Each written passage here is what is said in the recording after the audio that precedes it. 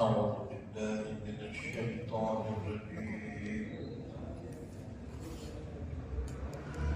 بسم الله الرحمن الرحيم.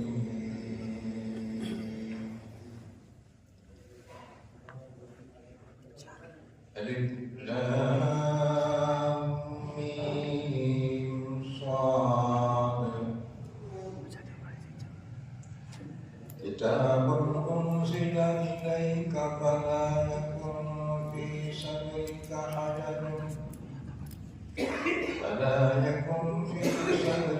حرج منه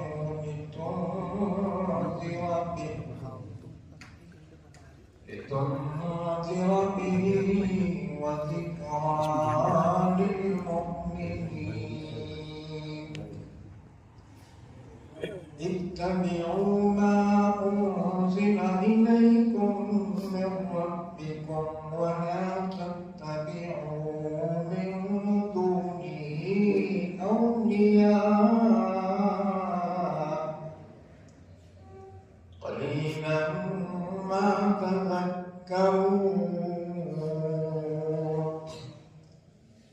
وكم من قرية أهلكناها فجاءها بأسنا بياتا أو هم قائلون.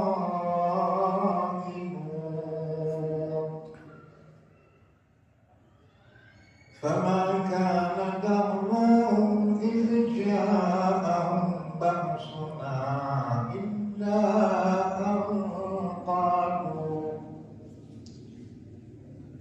إلا أن قالوا إنا كنا ظالمين. ولنسألن الذين أرسل إليهم ولنسألن المرسلين. فلنقصن عليهم بعلم وما كنا غائبين.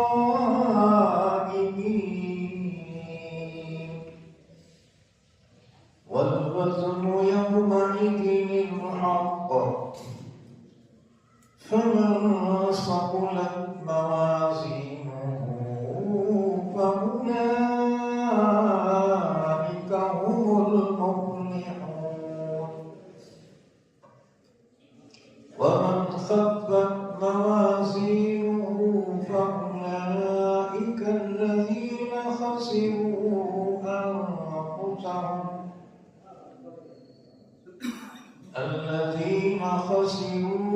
أنفسهم بما كانوا بآياتنا يظلمون. ولقد مكناكم في الأرض وجعلنا لكم فيها معايش قليلا ما تشكرون.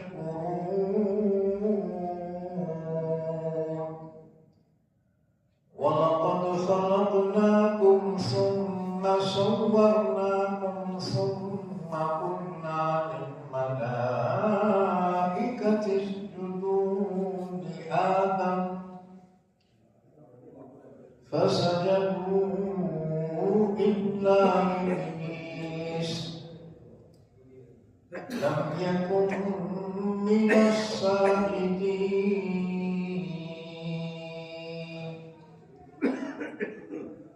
قال ما منعك ألا تسجد إذ أمرتك؟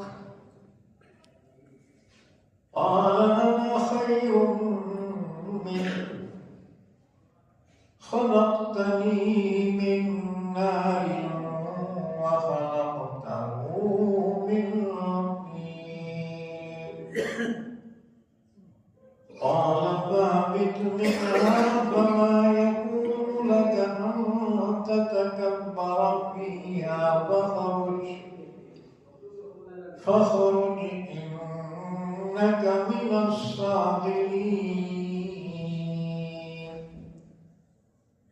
قال أنظرني إلى يوم يبعثون.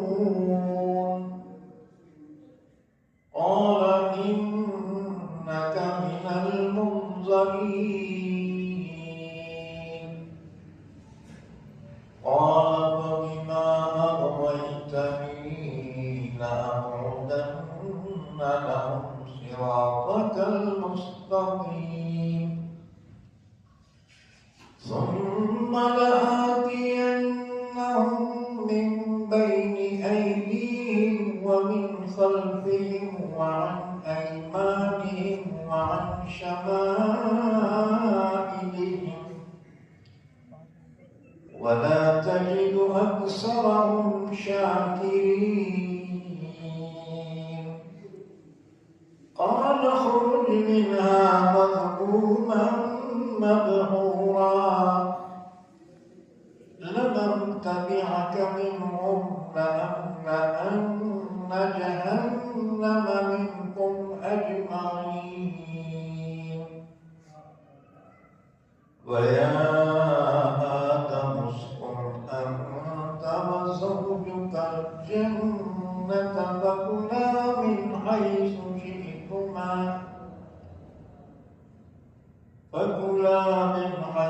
شئتما ولا تقربا هذه الشجرة فتكونا من الظالمين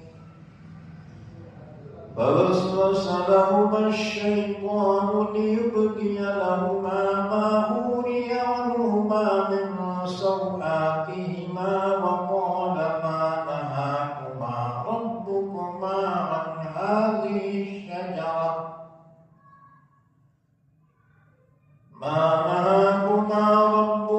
عن هذه الشجرة إلا أن تكونا ملكين أو تكونا من الخالدين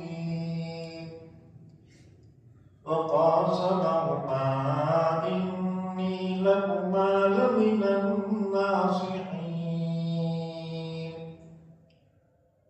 فدلاهما بغرور فلما ذاقا الشجرة بدت لهما سوآتهما وطفقا يخصفان عليهما من ورق الجنة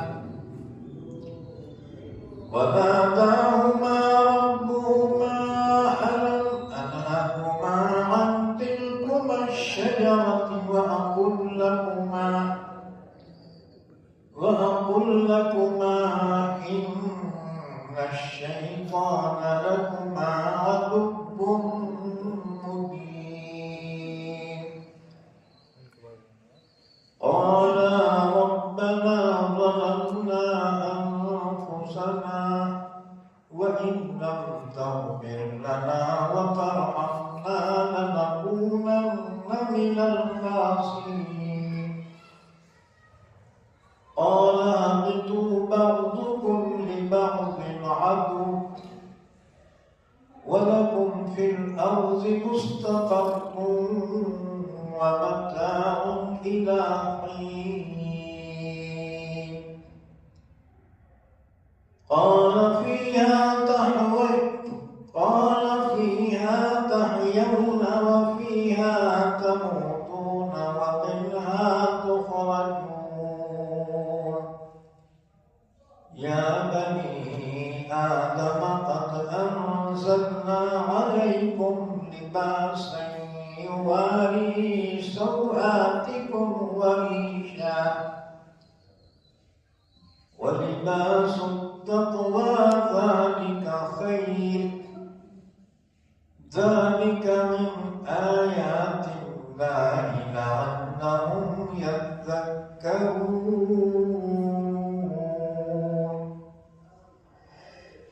يا بني آدم لا يفتننكم الشيطان كما أخرج أبويكم من الجنة ينزع عنهما لباسهما ليريهما سوآتهما إنه يراكم هو وقبيله من حيث لا ترونهم إنا جعلنا الشياطين أولياء للذين لا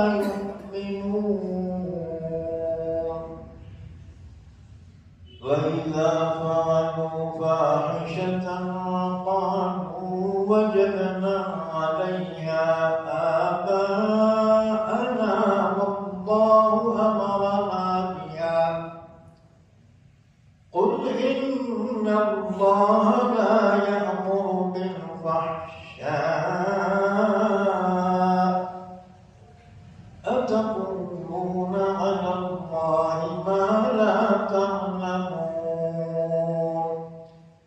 قل أمر ربي بالقسط وأقيموا وجوهكم عند كل مسجد وادعوه مخلصين له الدين كما بدأكم تعودون فريقا هدى وفريقا حق عليهم الضلالة إنهم اتخذوا الشياطين أولياء من دون الله ويحسبون أنهم مهتدون يا بني آدم خذوا زينتكم عند كل مسجد وكلوا واشربوا ولا تسرفوا إنه لا يحب المسرفين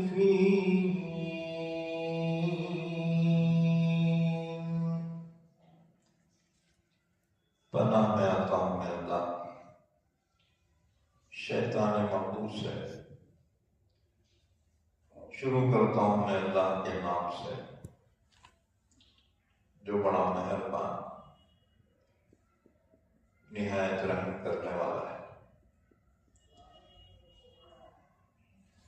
الف لام میم صاد یہ حروف مقطعات میں سے ہیں۔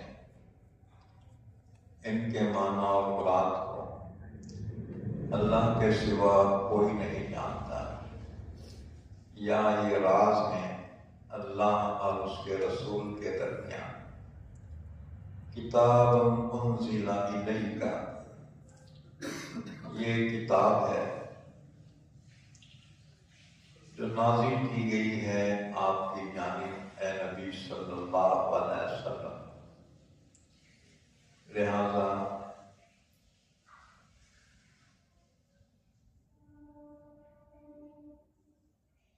آپ کے دل میں اس سے بالکل تنگی نہ ہونا چاہیے،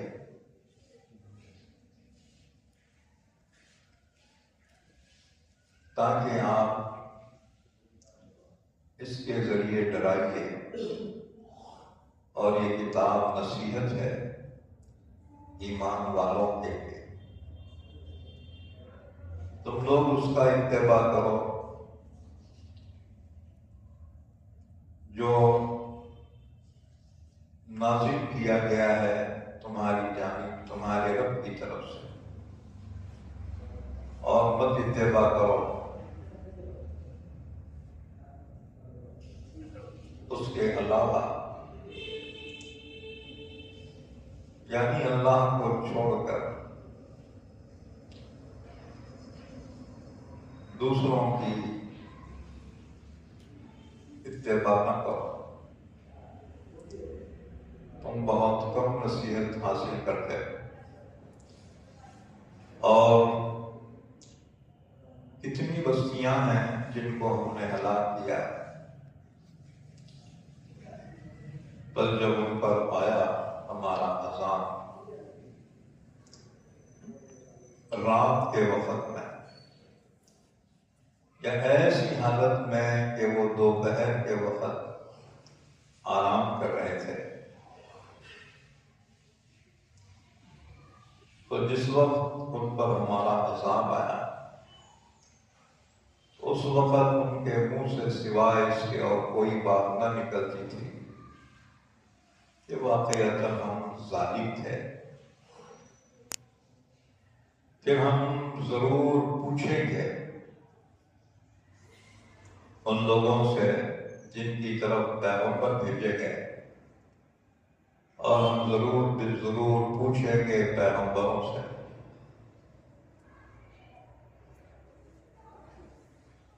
پھر ہم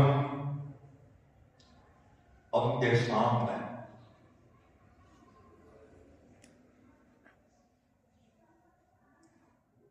ہم بیان کر دیں گے یقین کے ساتھ، اور ہم کچھ بے خبر نہ تھے، اور وزن اعمال کا اس دن حق ہے، بس جس کی نیکیوں کے پلڑے بھاری ہو جائیں گے تو وہی لوگ کامیاب ہوں گے، اور جس کے نیکیوں کے پلڑے ہلکے ہو جائیں گے تو یہ وہی لوگ ہوں گے جنہوں نے اپنا نقصان کر لیا ہے اس کی وجہ سے جو کچھ وہ ہماری آیتوں کے ساتھ ناانصافی کرتے تھے۔ اور یقیناً ہم نے تم کو ٹھکانہ دیا سرزمین میں، اور تمہارے لیے اس میں زندگی گزارنے کے اسباب بھی عطا کیے، تم لوگ بہت کم شکر ادا کرتے ہیں۔ اور یقیناً ہم نے تم کو پیدا کیا، پھر تمہاری صورتیں بنائیں، پھر ہم نے فرشتوں سے کہا کہ سجدہ کرو تم آدم کو، تو تمام فرشتوں نے سجدہ کیا سوائے ابلیس کے، وہ نہیں ہوا سجدہ کرنے والوں میں سے۔ اللہ نے فرمایا تجھے کس چیز نے روکا سجدہ کرنے سے جبکہ میں نے تجھے حکم دیا تھا؟ ابلیس کہنے لگا میں اس آدم سے بہتر ہوں کہ تو نے مجھے پیدا کیا ہے آگ سے اور اس کو پیدا کیا ہے مٹی سے۔ اللہ نے فرمایا اتر جا یہاں سے،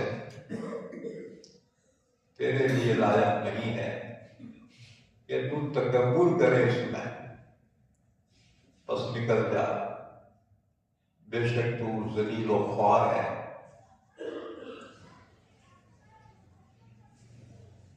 کہنے لگا مجھے مہلت دے اس دن تک جس میں تمام دوبارہ زندہ کیے جائیں گے۔ اللہ نے فرمایا بے شک تجھے مہلت دی گئی۔ کہنے لگا ابلیس جس کی وجہ سے تو نے مجھے راستے سے ہٹا دیا، ضرور بالضرور میں بیٹھ جاؤں گا ان کے لیے تیرے سیدھے راستے پر، پھر میں ان پر آؤں گا ان کے آگے سے اور ان کے پیچھے سے اور ان کے دائیں سے اور ان کے بائیں سے، اور نہیں پائے گا تو ان میں سے اکثر کو شکر گزار۔ اللہ نے فرمایا نکل جا یہاں سے، ذلیل ہو کر مردود ہو کر، جو بھی ان میں سے تیری اتباع کرے گا تو ضرور بالضرور میں بھر دوں گا جہنم کو تم سب سے۔ اور اے آدم رہ تو اور تیری بیوی جنت میں، پھر تم دونوں کھاؤ جہاں سے تم چاہو، اور قریب نہ جانا اس درخت کے، ورنہ ہو جاؤ گے ظالموں میں سے۔ پھر ان دونوں کو شیطان نے وسوسہ ڈالا تاکہ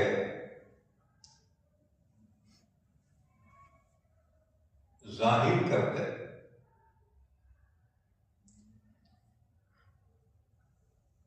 ان کے جسم کے پوشیدہ حصوں کو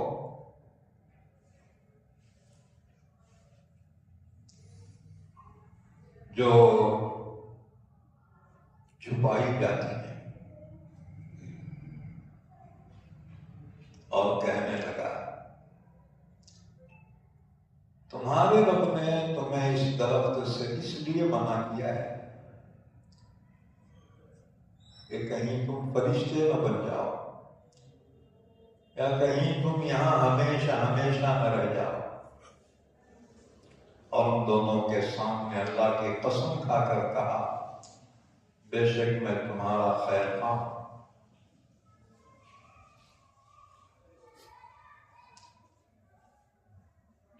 پھر مائل کر لیا ان کو دھوکے سے۔ پھر جب آدم و حوا نے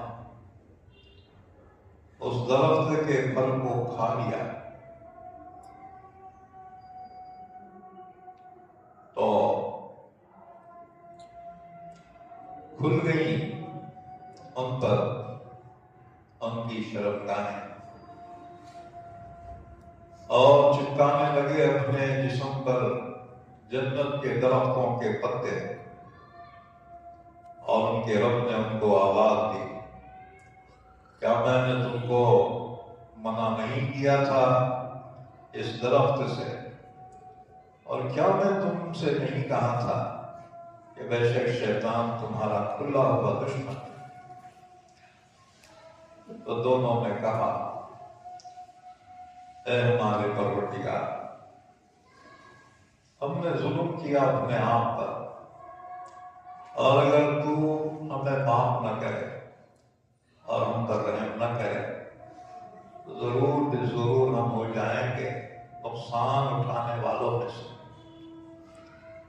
اللہ نے فرمایا اتر جاؤ، تم میں سے باز کے دشمن ہو، اور تمہارے لیے زمین ہی میں ٹھکانا ہے اور فائدہ اٹھانا ہے ایک وقت تک۔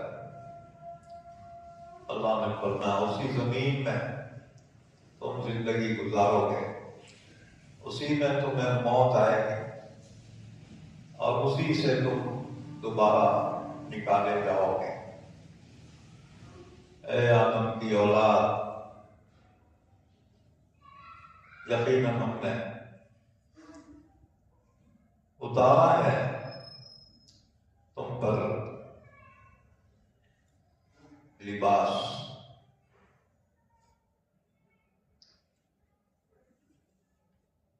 جو ڈھانپ دیتی ہے تمہاری شرمگاہوں کو، اور ہم نے اتارا آرائش کے کپڑے، یعنی زینت کے، اور تقوی کا لباس وہ بہتر ہے۔ یہ اللہ کی آیتوں میں سے تاکہ وہ نصیحت حاصل کرے۔ اے آدم کی اولاد، تمہیں فتنے میں نہ ڈال دے شیطان، جیسا کہ اس نے نکلوایا تمہارے ماں باپ کو جنت سے، ان سے ان کے کپڑے اتروا دیے تاکہ وہ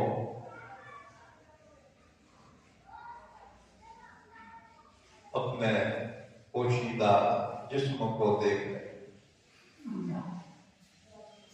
بے شک وہ شیطان اور اس کی قوم تمہیں دیکھتی ہے اس جگہ سے جہاں تم نہیں دیکھتے ان کو۔ بے شک ہم نے شیاطین کے دوست بنا رکھے ہیں ان لوگوں کو جو ایمان نہیں رکھتے، اور جب ان لوگوں سے کوئی بے حیائی کا کام ہو جاتا ہے تو کہتے ہیں نے ہمارے باپ داداؤں کو کسی طرح سے پایا اور اللہ نے ہمیں اس کا حکم دیا ہے۔ اے نبی صلی اللہ علیہ وسلم، آپ کہہ دیجیے بے شک اللہ بے حیائی کا حکم نہیں دیتا۔ کیا تم اللہ پر ایسی بات کہتے ہو جو تم نہیں جانتے؟ آپ کہہ دیجیے نبی صلی اللہ علیہ وسلم، میرے رب نے تو حکم کیا ہے انصاف کا اور اس بات کا کہ تم سیدھے رکھو اپنے چہروں کو ہر نماز کے وقت اللہ کی جانب، اور اسی کو پکارو خالص کرتے اس کے لیے دین کو، جس طرح سے ہم نے تم کو پہلی مرتبہ پیدا کیا ہے دوبارہ بھی تمہیں اسی طرح پیدا کریں گے، دوسری بار بھی تم پیدا ہوں گے۔ ایک فرقہ کہ اللہ نے اسے ہدایت دی، اور ایک فرقہ وہ ہے جن پر گمراہی مقرر ہو چکی۔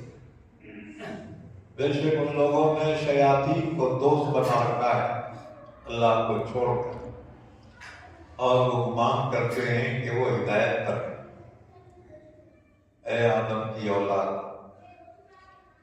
زینت اختیار کرو ہر نماز کے وقت، اور کھاؤ اور پیو اور فضول خرچی نہ کرو۔ یقیناً اللہ پسند نہیں کرتا فضول خرچی کرنے والوں کو۔ یہ سورہ اعراف ہے، پارہ نمبر 8۔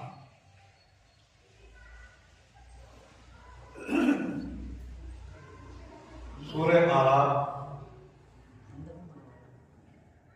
مکے میں نازل ہوئی۔ اس میں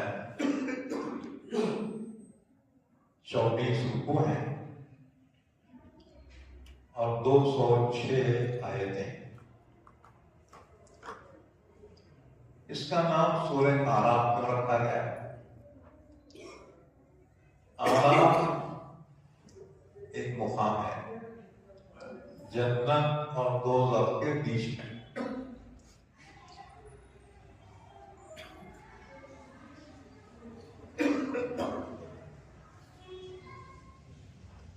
یہاں پر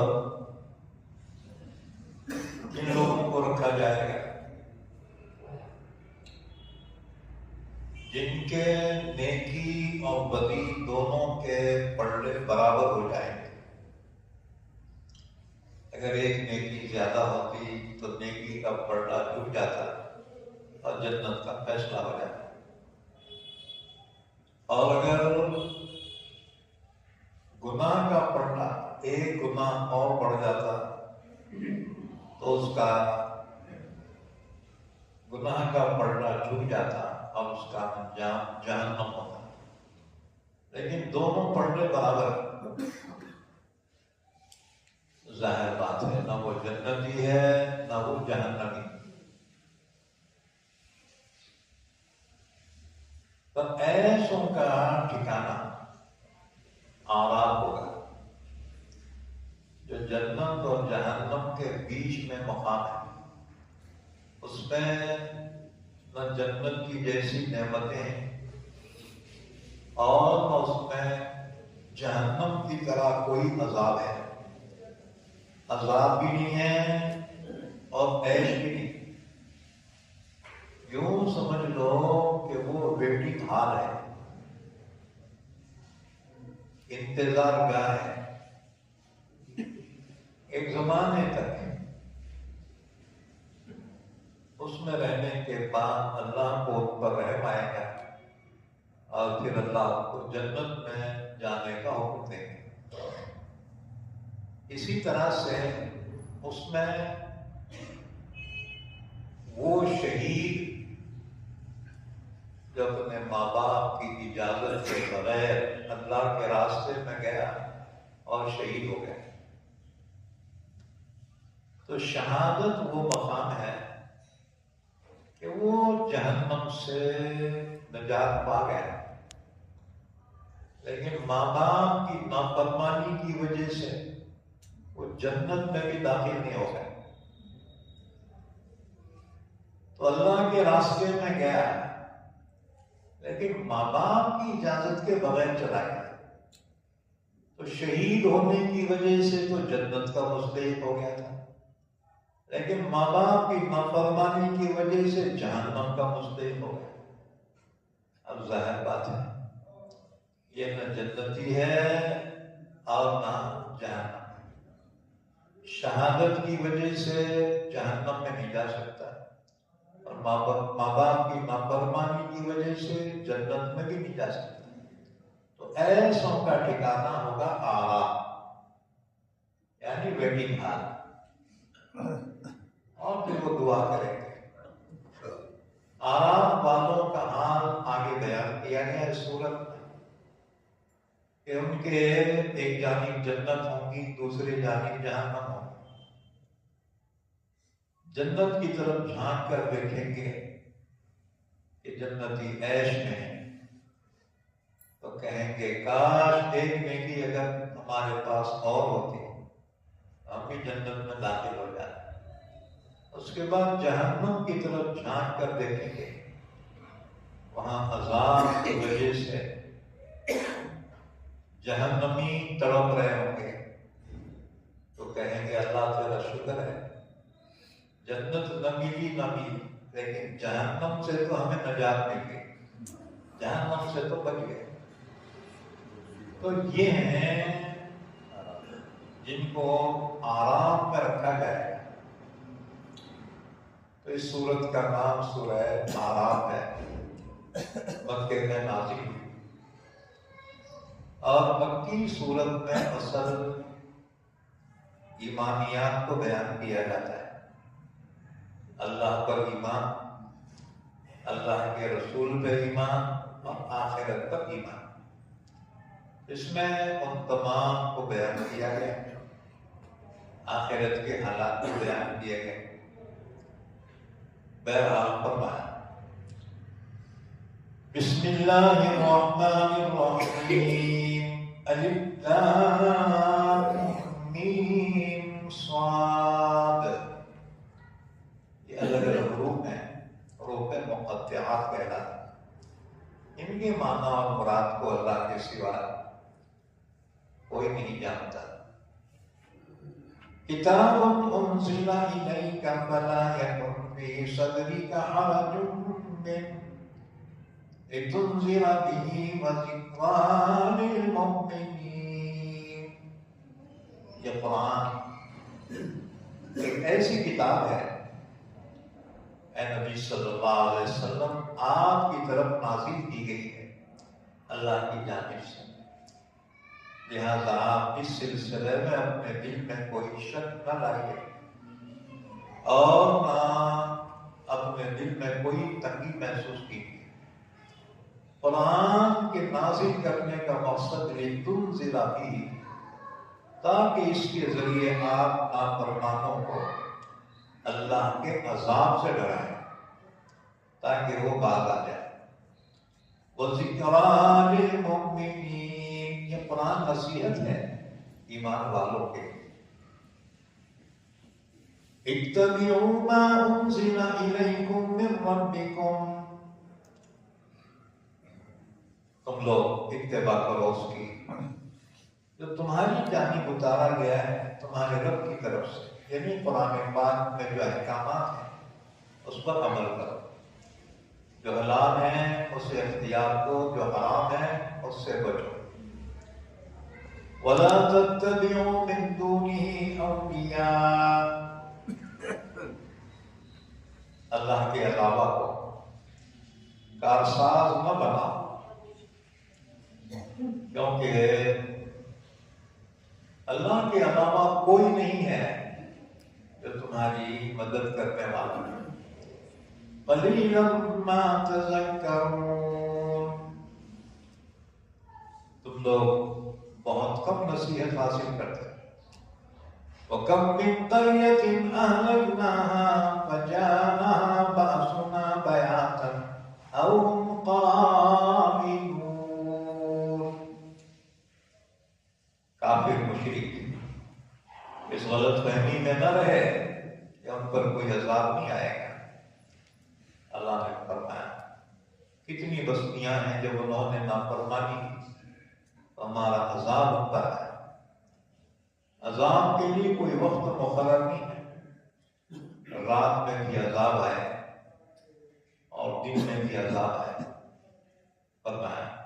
اور کتنی بستیاں ہیں جن کو ہم نے ہلاک کیا، ان پر ہمارا عذاب پہنچا بیاتاً، رات میں سوتے ہوئے ان پر عذاب آیا اور وہ ہلاک کر کے او ہم قائلون، یا دوپہر کے وقت جب لوگ کھانا کھا کے سو رہے تھے جسے قیلولہ کہتے ہیں، تو ایسے وقت بھی اللہ کا عذاب آیا۔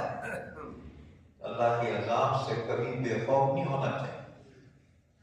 فَمَا كَانَ دَعْوَاهُمْ إِذْ جَاءَهُمْ بَأْسُنَا إِلَّا أَنْ قَالُوا إِنَّا كُنَّا ظَالِمِينَ، جب ہمارا عذاب آیا تو بس ان کی زبانوں پہ یہی تھا کہ اللہ ہم نے اپنے آپ پہ بڑا ظلم کیا، ہم بڑے گنہگار۔ اعتراف جرم کرنے سے عذاب ہٹایا نہیں گیا، کیونکہ اعتراف جرم انہوں نے اس وقت کیا جب عذاب ان پر آیا۔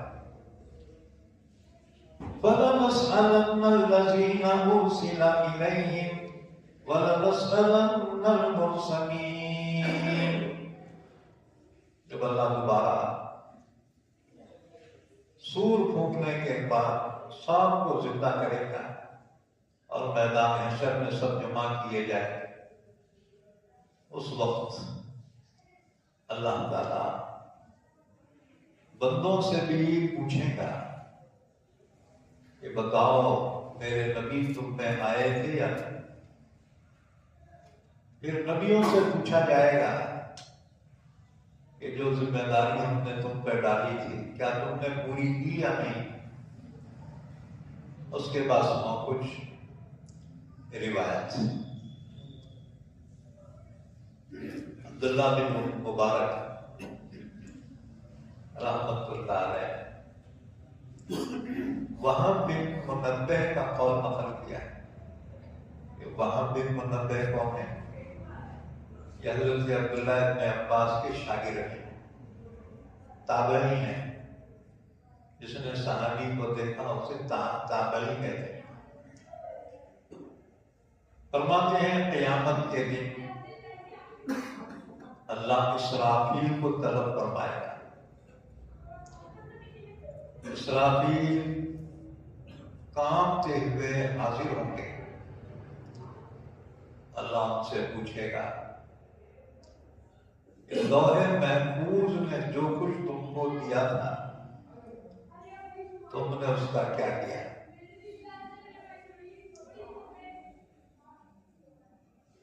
تو اسرافیل عرض کریں گے یا اللہ میں نے وہ جبرائیل کو پہنچا دیا، کیونکہ لوح محفوظ میں اللہ نے تمام مخلوقات کی تقدیریں اس وقت لکھ دی،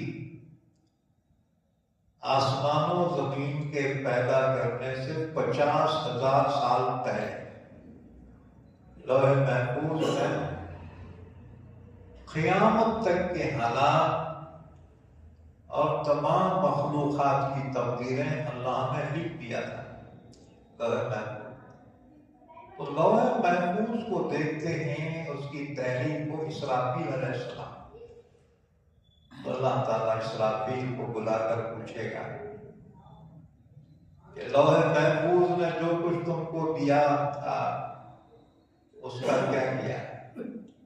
اسرافیل عرض کریں گے پروردگار میں نے وہ جبرائیل کو پہنچا دیا۔ پھر اللہ جبرائیل کو بلا کر پوچھے گا جبرائیل اسرافیل نے لوح محفوظ میں سے تمہیں جو دیا تم نے کیا کیا؟ جبرائیل کہیں گے پروردگار میں نے پیغمبروں کو پہنچایا، پھر پیغمبروں کی پیشی ہوگی، اللہ ان سے پوچھے گا جبرائیل نے جو تم کو پہنچایا تھا تم نے اس کے مطابق کیا کیا؟ پیغمبر عرض کریں گے پروردگار وہ ہم نے تیرے بندوں تک پہنچا دیا، لوگوں تک پہنچا دیا۔ یہی مطلب اس آیت شریفہ کا ہے۔ فَلَنَسْأَلَنَّ الَّذِينَ أُرْسِلَ إِلَيْهِمْ وَلَنَسْأَلَنَّ الْمُرْسَلِينَ، جن کی طرف پیغمبر بھیجے گئے تھے ضرور بالضرور ان لوگوں سے ہم سوال کریں گے، ان سے پوچھیں گے، اور ہم ضرور بالضرور پیغمبروں سے بھی پوچھیں گے۔ اور ایک روایت مسلم شریف کی حدیث ہے، حضرت جابر رضی اللہ تعالیٰ عنہ فرماتے ہیں رسول اللہ صلی اللہ علیہ وسلم نے حجۃ الوداع کے خطبے میں فرمایا تم سے میرے بارے میں دریافت کیا جائے گا تو تم کیا جواب دو گے؟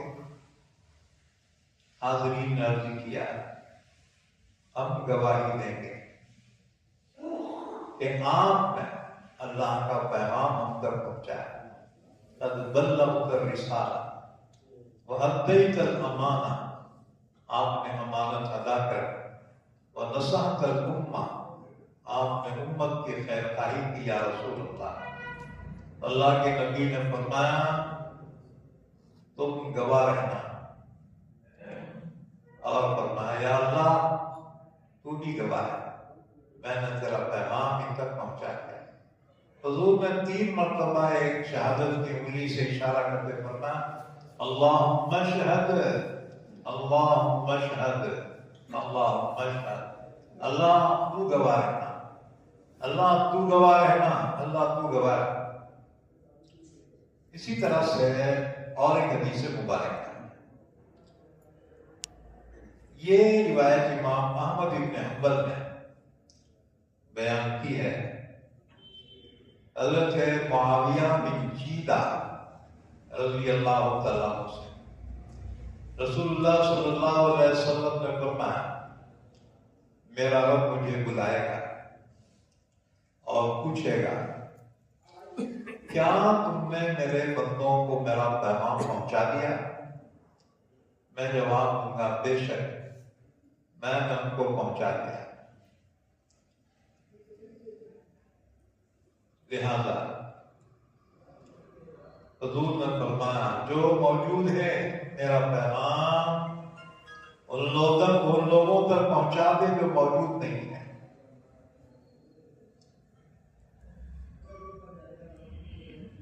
یہ ذمہ داری ہے مسلمانوں کی کہ اللہ اس کے رسول کا جو پیغام پہنچائے وہ دوسروں تک پہنچائے۔ دوسروں تک پہنچانے کو تبلیغ کہا جاتا ہے۔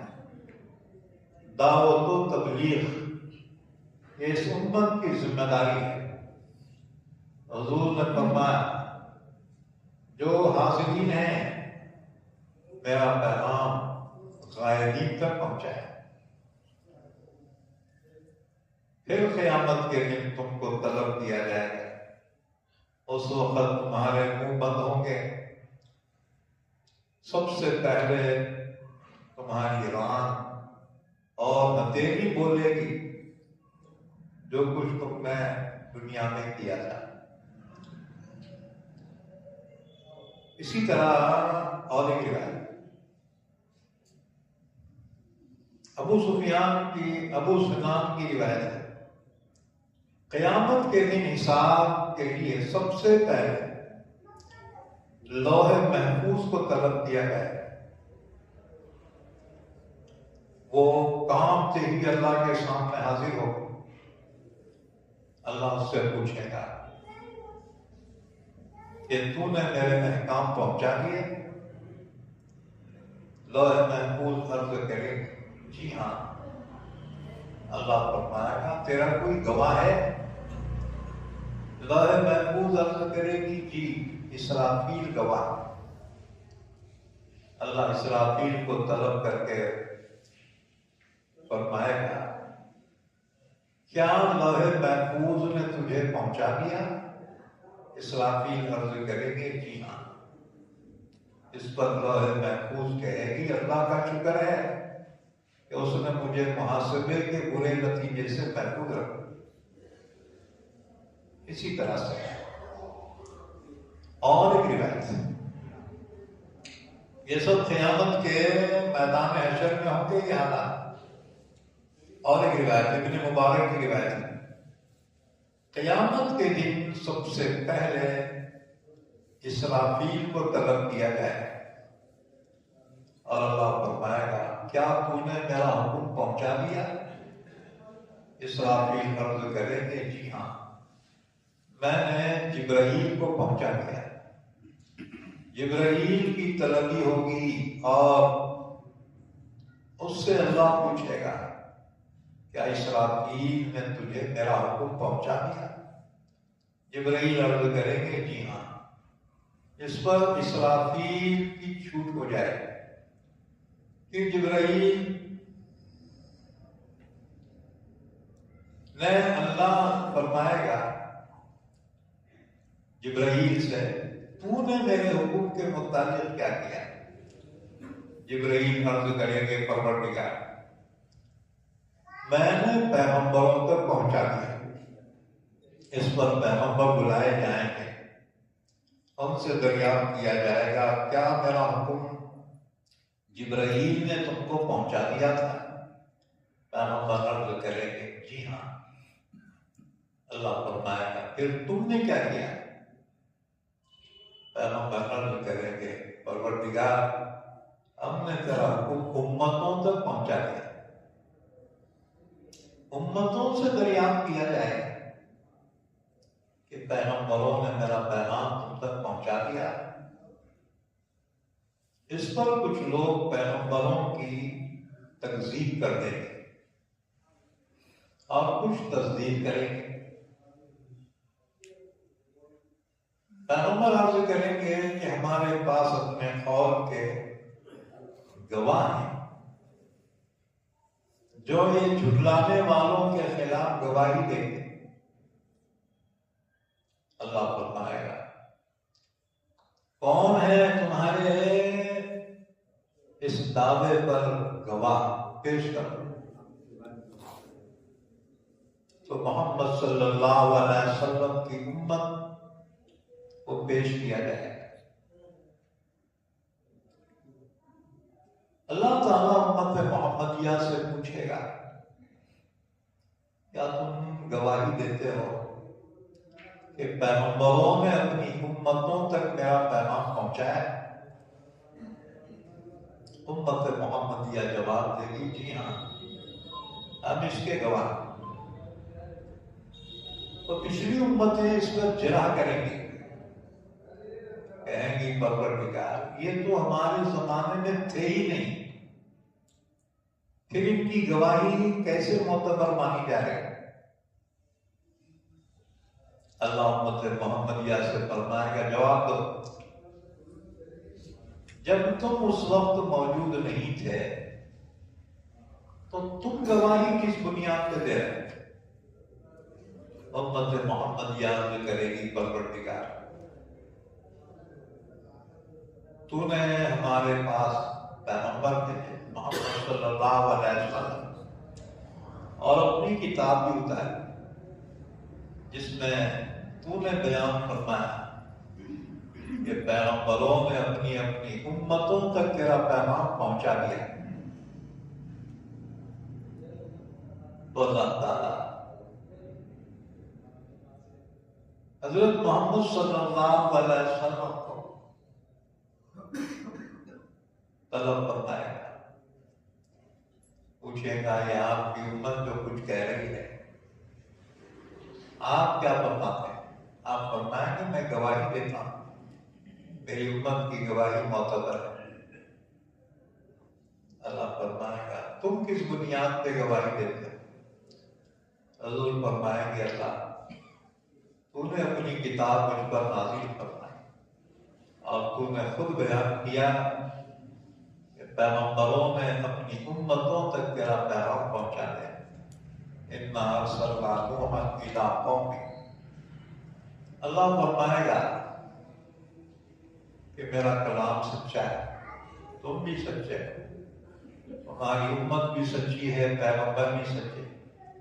اور اس کے بعد پھر امتوں کے خلاف اللہ تعالیٰ فیصلہ سنا دے گا. اسی کو دوسری جگہ اللہ نے فرمایا وَكَذَلِكَ جَعَلْنَاكُمْ أُمَّةً وَسَطًا لِتَكُونُوا شُهَدَاءَ عَلَى النَّاسِ وَيَكُونَ الرَّسُولُ عَلَيْكُمْ شَهِيدًا. یہ بہت بڑا اعزاز ہوگا امت محمدیہ کہ آخرت کی سب سے بڑی عدالت میں امت محمدیہ کے گواہی پر فیصلہ کیا جائے. اس کو فرمایا فَلَنَسْأَلَنَّ الَّذِينَ أُرْسِلَ إِلَيْهِمْ. ضرور ہم پوچھیں گے ان لوگوں کو جن کی طرف پیغمبروں کو بھیجا گیا تھا. وَلَنَسْأَلَنَّ الْمُرْسَلِينَ. اور ضرور ہم پوچھیں گے پیغمبروں سے. فَلَنَقُصَّنَّ عَلَيْهِمْ بِعِلْمٍ وَمَا كُنَّا غَائِبِينَ. اب یقیناً ان کو بتا دیں جو حرکتیں انہوں نے کی ہیں، اور ہم کبھی غائب نہیں رہے. یاد رکھو کوئی دیکھے نہ دیکھے اللہ کو دیکھ رہا ہے، چاہے کوئی نیک عمل کر رہا ہو یا برا عمل کر رہا ہو. انسان یہ سمجھ کے گناہ کرتا ہے کوئی مجھے نہیں دیکھ رہا ہے، لیکن اللہ تعالیٰ علیم و خبیر ہے، اللہ سے کوئی چیز پوشیدہ ہے. اور اس پر یہ کہ ہر ایک کے ساتھ دو فرشتے ہیں نگران. وَإِنَّ عَلَيْكُمْ لَحَافِظِينَ كِرَامًا كَاتِبِينَ يَعْلَمُونَ مَا تَفْعَلُونَ. نیکی لکھنے والا سیدھی جانب، گناہ لکھنے والا بائیں جانب. انسان کے منہ سے کوئی بات نکلتی ہے فوراً دونوں کیچ کر لیتے ہیں. ما يلفظ من قول الا لديه رقیب عتید. تو انسان اپنے گناہوں کو چھپا نہیں سکے گا. اتنے گواہ اس کے اوپر فرشتے گواہ ہوں گے، اعمال نامے گواہ ہوں گے. جس زمین کے حصے پر اس نے یہ حرکتیں کی ہیں وہ زمین کے حصے گواہی دیتے ہیں، اور اس کے خود اعضائے بدن اس کے خلاف گواہی دیتے ہیں. چار گواہوں سے کیسے بچ سکتا ہے انسان؟ اس کے بعد پھر فرمایا وَالْوَزْنُ يَوْمَئِذٍ الْحَقُّ. اس دن اعمال کا وزن ضرور ہوگا اور یہ برحق ہے. اس دن انصاف کی ترازویں قائم کی جائیں. دوسری جگہ اللہ نے فرمایا وَنَضَعُ الْمَوَازِينَ الْقِسْطَ لِيَوْمِ الْقِيَامَةِ. ہم قیامت کے دن انسان کی ترازویں قائم کریں گے اور اس میں انسان کے اعمال تولے جائیں گے. وہ ترازو دو پڑھنے والے ہوں گے. آج کل الیکٹرانک نکلے نا جی ترازو، یہ والی پہلے کے دو پڑھنے والی جو ترازو تھی نا، ایسی ترازو ہو. سیدھی جانب میں نیکیاں ہوں گی، بائیں جانب میں گناہ. نیکیاں اور گناہ کو تولا جائے. ایک بات یاد رکھیں،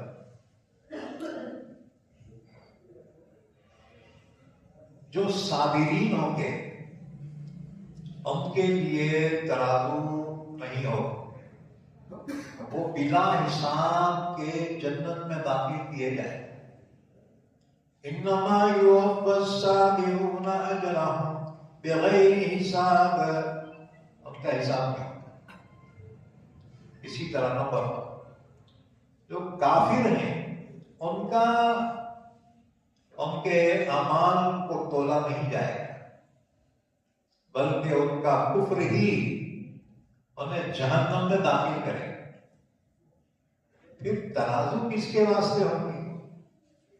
وہ مسلمان جو گنہگار ہیں یا نیک ہیں ان کے لیے ترازو، تو کافروں کے لیے ترازو نہیں ہوگا۔ اللہ نے فرمایا وَلَا نُقِيمُ لَهُمْ يَوْمَ الْقِيَامَةِ وَزْنًا، ہم کافروں کے لیے ترازو قائم نہیں کریں گے، کیونکہ ان کے اگر نیکیاں ہیں بھی تو کفر کی وجہ سے وہ برباد ہو جائے گا، تو کافروں کے لیے ترازو نہیں ہوگا، اور جو صابرین ہوں گے وہ حساب سے پہلے ان کو جنت میں داخل کیا جائے گا۔ جو مسلمان گنہگار یا نیکوکار ان کے لیے یہ ترازویں قائم کی جائے، تو اللہ تعالیٰ نے فرمایا وَالْوَزْنُ يَوْمَئِذٍ الْحَقُّ، اس دن وزن برحق ہے۔ وَمَنْ ثَقُلَتْ مَوَازِينُهُ فَأُولَئِكَ هُمُ الْمُفْلِحُونَ، جن کی نیکیوں کا پلڑا بھاری ہوگا، جھک جائے گا، وہی لوگ کامیاب ہوں گے، جنتی ہوں گے۔ وَمَنْ خَفَّتْ مَوَازِينُهُ، جس کی نیکیوں کا پلڑا ہلکا ہو جائے گا، کیا مطلب گناہ کا پلڑا جھک جائے گا، فَأُولَئِكَ الَّذِينَ خَسِرُوا أَنفُسَهُمْ، یہ وہ لوگ ہوں گے جنہوں نے اپنا نقصان کر دیا، بِمَا كَانُوا بِآيَاتِنَا يَظْلِمُونَ، اس لیے کہ ہماری آیتوں سے بے انصافی کرتے رہے، یعنی نہیں مانا انہوں نے، گناہ کرتے رہے، اب ان کا ٹھکانہ جہنم ہوگا۔ اس کے بعد سنو کچھ روایت ہے، اعمال تولے جائیں گے، وہ کیسے؟ سائنس کے زمانے سے پہلے جب قرآن نازل ہوا اس وقت سمجھ میں نہیں آتا تھا یہ اعمال کیسے تولے جائیں۔ اب سائنس نے آسان کر دیا، کیونکہ سائنس سردی کو بھی توڑ رہی ہے اور گرمی بھی توڑ رہی ہے، برابر بتا رہے ہیں کہ کتنا جو ہے درجہ حرارت ہے، ٹیمپریچر کتنا ہے، انسان کے بخار کو بھی تولا جا رہا ہے، مشین برابر بتاتی ہے 100 ڈگری ہے، 102 ہے، اور یہ بخار، حالانکہ بخار کے لیے کوئی جسم تھوڑی ہے، اسی طرح سردی گرمی کے لیے کوئی جسم تھوڑی ہے۔ ہمارا خیال یہ ہے کہ جو چیزیں جسم والی ہوں گی وہی تلتی ہے ترازو میں، لیکن سائنس نے ثابت کر دیا ہے کہ ہر چیز کا کوئی نہ کوئی جسم ضرور ہے، چاہے ہمیں محسوس ہو یا نہ ہو، جس کا وجود ہے تو اس کو تولا بھی جا سکتا ہے۔ اسی طرح انسان سے نکلنے والے جو اعمال ہیں یہ اعمال بھی تولے جائیں، اس طرح سے سنو حدیث مبارکہ۔ رسول اللہ صلی اللہ علیہ وسلم کی بہت سی احادیث مبارکہ اس پر شاہد ہیں۔ بچے کس نے یہ شور مچا رہا، ان کو خاموش کرو بچوں کو۔ تو رسول اللہ صلی اللہ علیہ وسلم کی احادیث مبارکہ اس پر شاہد ہے کہ برزخ اور محشر میں انسانی اعمال خاص شکلوں میں، خاص صورتوں میں آئیں گے۔ خبر میں انسان کے اعمال حسین صورت میں آئیں گے اور اس کو تسلی دیں گے، اور برے اعمال قبر میں سانپ اور بچھو کی شکل میں آئیں گے۔ اسی طرح سے ایک حدیث میں ہے قرآن مجید کی سورہ بقرہ اور سورہ آل عمران میدان حشر میں دو گہرے بادلوں کی شکل میں آ کر ان لوگوں پر سایہ کریں گے جو ان صورتوں کو پڑھنے والے تھے، کیونکہ اس دن اللہ کے سائے کے سوا کوئی سایہ نہیں ہوگا۔ اسی طرح سے اور بھی روایتیں چنانچہ ایک حدیث ہوگا،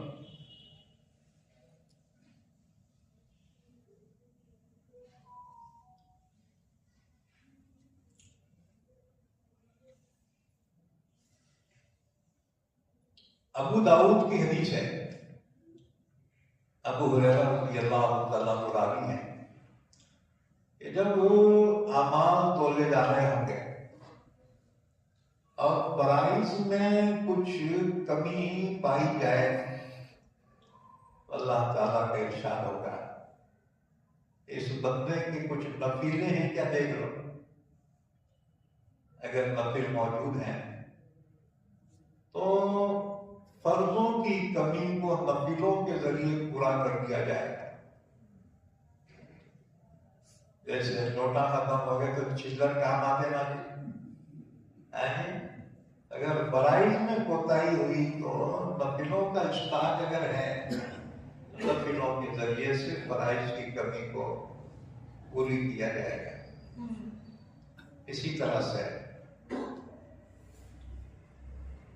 حضرت عبداللہ بن عباس رضی اللہ تعالیٰ عنہ فرماتے ہیں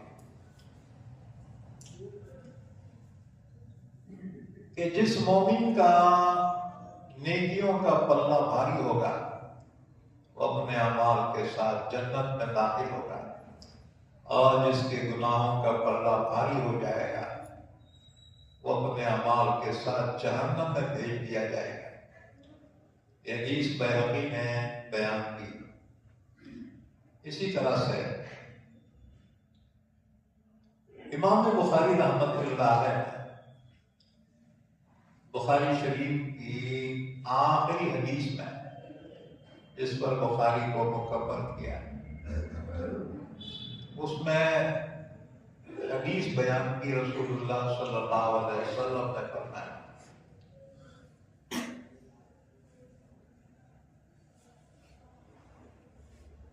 کہ دو کلمے ایسے ہیں جو زبان پر بہت ہلکے، کلمتان خفیفتان علی اللسان وثقیلتان فی المیزان، میزان میں بڑے بھاری ہیں، وحبیبتان الی الرحمن، رحمان کو بہت پسند۔ وہ دو کلمے ہیں سبحان اللہ و بحمدہ سبحان اللہ العظیم۔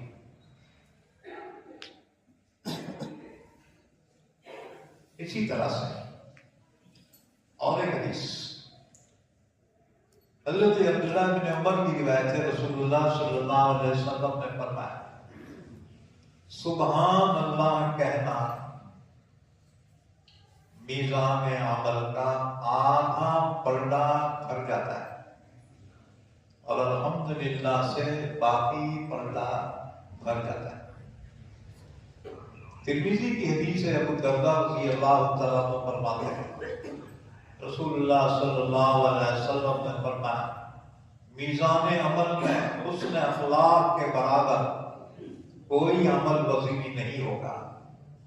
اچھے اخلاق نیکی کے پردے کو بھاری کر دیں گے۔ اسی طرح سے اور ایک حدیث ابو ذر غفاری کی روایت ہے، رسول اللہ صلی اللہ علیہ وسلم نے فرمایا تمہیں ایسے دو کام بتاتا ہوں جن پر عمل کرنا انسان کے لیے کچھ بھاری نہیں، اور میزان عمل میں وہ سب سے زیادہ بھاری ہوں گے۔ ایک حسن اخلاق اور دوسرے خاموش رہنا، زیادہ تر خاموش رہنا، بلا ضرورت کے بات نہ کرنا، کیونکہ زیادہ بات کرنے والا زیادہ غلطیاں کر جاتا ہے۔ اس لیے کم بولنا، جب ضرورت پڑے تبھی بولنا۔ عمر بن عبدالعزیز خلیفہ وقت ہے، ایک صاحب نے اتنے باتیں سنایا، ہم کو خاموش سنتے رہے، جواب نہیں دیا۔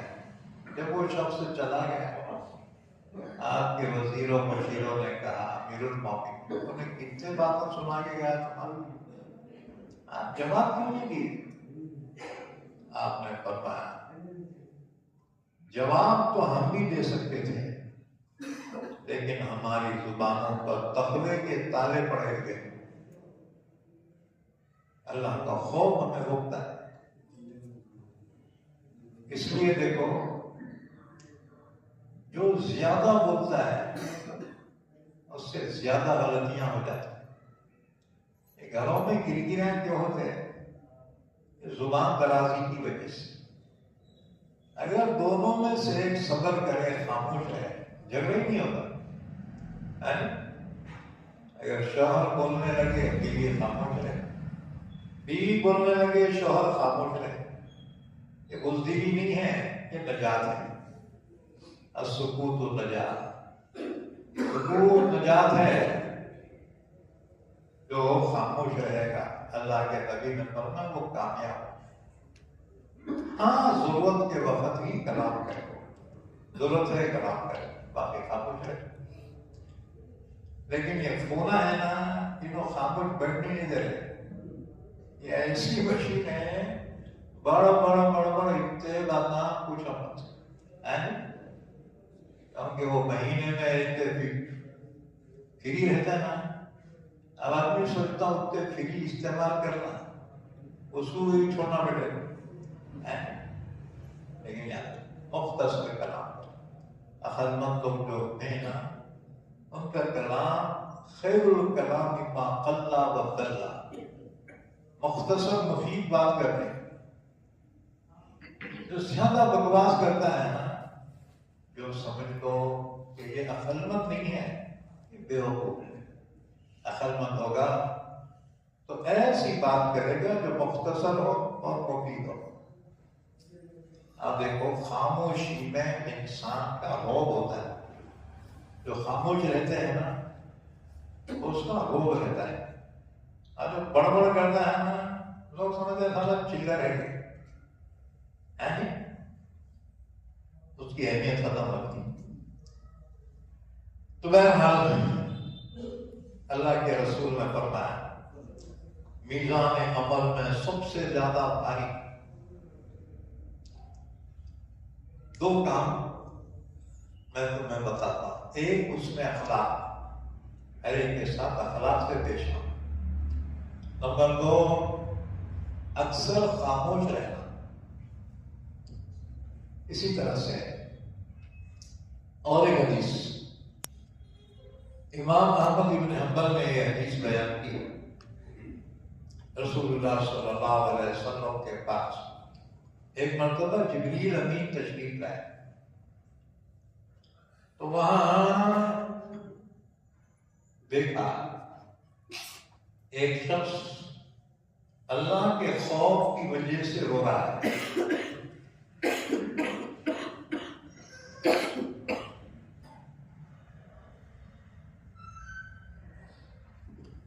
اللہ کے خوف سے رو رہا تھا۔ تو حضرت جبرائیل امین نے فرمایا، انسان کے تمام اعمال کا تو وزن ہوگا، مگر اللہ اور آخرت کے خوف سے رونا ایسا ہے کہ جس کو تولا نہیں جا سکتا، بلکہ ایک آنسو بھی جہنم کی بڑی سے بڑی آگ کو بجھا دے گا۔ ایک آنسو بھی کافی ہے جہنم کو بجھانے کے، وہ آنسو جو اللہ کے خوف سے نکلے۔ اسی طرح سے اور ایک حدیث ابن المبارک کی روایت ہے کہ میدان حشر میں ایک شخص حاضر ہوگا۔ جب اس کا اعمال نامہ سامنے آئے گا تو وہ اپنے نیک عمل کو بہت کم پا کر گھبرا جائے گا، تو اچانک ایک چیز بادل کی طرح سے اٹھ کر آئے اور اس کے نیکی کے پلڑے میں گر جائے،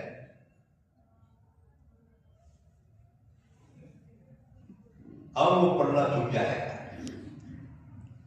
اسے بتایا جائے گا یہ تیرے اس عمل کا ثمرہ ہے جو دنیا میں تو لوگوں کو دین کے احکامات بتاتا تھا اور دین کی باتیں سکھاتا تھا، اور تیرے تعلیم کا سلسلہ آگے چلا، تو جس شخص نے اس پر عمل کیا اور ان سب کے عمل میں تیرا حصہ بھی لگا دیا گیا۔ اور ایک حدیث طبرانی کی حدیث عبداللہ بن عباس رضی اللہ تعالیٰ عنہ فرماتے ہیں، رسول اللہ صلی اللہ علیہ وسلم نے فرمایا، جو شخص جنازے کے ساتھ قبرستان تک جائے اس کی میزان عمل میں 2 قرات کے برابر ثواب رکھ دیا جائے۔ قرات کا وزن احد پہاڑ کے برابر۔ تو جنازے میں جو شریک ہوگا قبرستان تک پہنچے گا تو اس کے لیے 2 قرات کا ثواب اللہ عطا فرمائے گا، یعنی 2 احد پہاڑ کے اتنا ثواب اس کے اعمال نامے میں ہوتا ہے۔ اس لیے جنازے میں بھی جانے کی کوشش کرو۔ اچھا، اور ایک حدیث طبرانی کی حدیث ہے، حضرت جابر رضی اللہ تعالیٰ عنہ فرماتے ہیں، رسول اللہ صلی اللہ علیہ وسلم نے فرمایا، انسان کے میزان عمل میں سب سے پہلے جو عمل رکھا جائے گا وہ اپنے اہل و عیال پر خرچ کرنے اور ان کی ضروریات کو پورا کرنے کا نیک عمل ہوگا۔ ہم سمجھتے ہیں دوسروں کو خیرات کریں تو ثواب ملے گا، یاد رکھو اپنے بال بچوں پہ بھی خرچ کرو گے اس پہ بھی ثواب ملے گا، اور وہ بھی نیکی کے پلڑے میں تولا جائے گا۔ اس لیے پیسے رکھ کے کنجوسی نہ کرو، اور اپنے بال بچوں کو اچھا کھلاؤ پہناؤ، یہ بات سمجھنا رکھے کیا کر جاتے ہیں اپنی زندگی میں بال بچوں کو خوش رکھو، یہ بات سمجھنا، اس پر بھی ثواب ملے گا تم کو۔ حالانکہ یہ ضروری چیزیں ہیں، ضرورت کی چیزیں، کیا اس پہ بھی ثواب ملے گا؟ ہاں، اللہ کے نبی نے فرمایا اپنے بال بچوں کو جو خرچ کرتے ہو ان کی ضروریات پوری کرتے ہیں، اس پر بھی اللہ نیکی لکھے گا، اور وہ نیک عمل میزان عمل میں تولا جائے گا۔ ایک اور حدیث حضرت عمران بن حسین رضی اللہ تعالیٰ عنہ کی روایت ہے، رسول اللہ صلی اللہ علیہ وسلم نے فرمایا، قیامت کے دن علماء کی روشنائی جس سے وہ علم دین اور احکام دین لکھتے ہیں، علماء کے روشنائی پہلے دوا سے لکھتے تھے نا جی، روشنی میں شیاہی میں ڈبو کر لکھتے تھے، اللہ کے نبی نے فرمایا علماء کی روشنائی جس سے انہوں نے علم دین اور احکام دین لکھے ہیں اسے بھی تولا جائے گا میدان حشر میں میزان کے اندر، اور شہیدوں کے خون کو بھی تولا جائے گا میزان۔ تو علماء کے قلم کی روشنائی شہیدوں کے خون کے وزن سے بھی بڑھ کر ہو۔ اللہ خوش نصیبوں میں ہمیں بھی شامل کرے۔ اسی طرح سے اور ایک حدیث سن لو،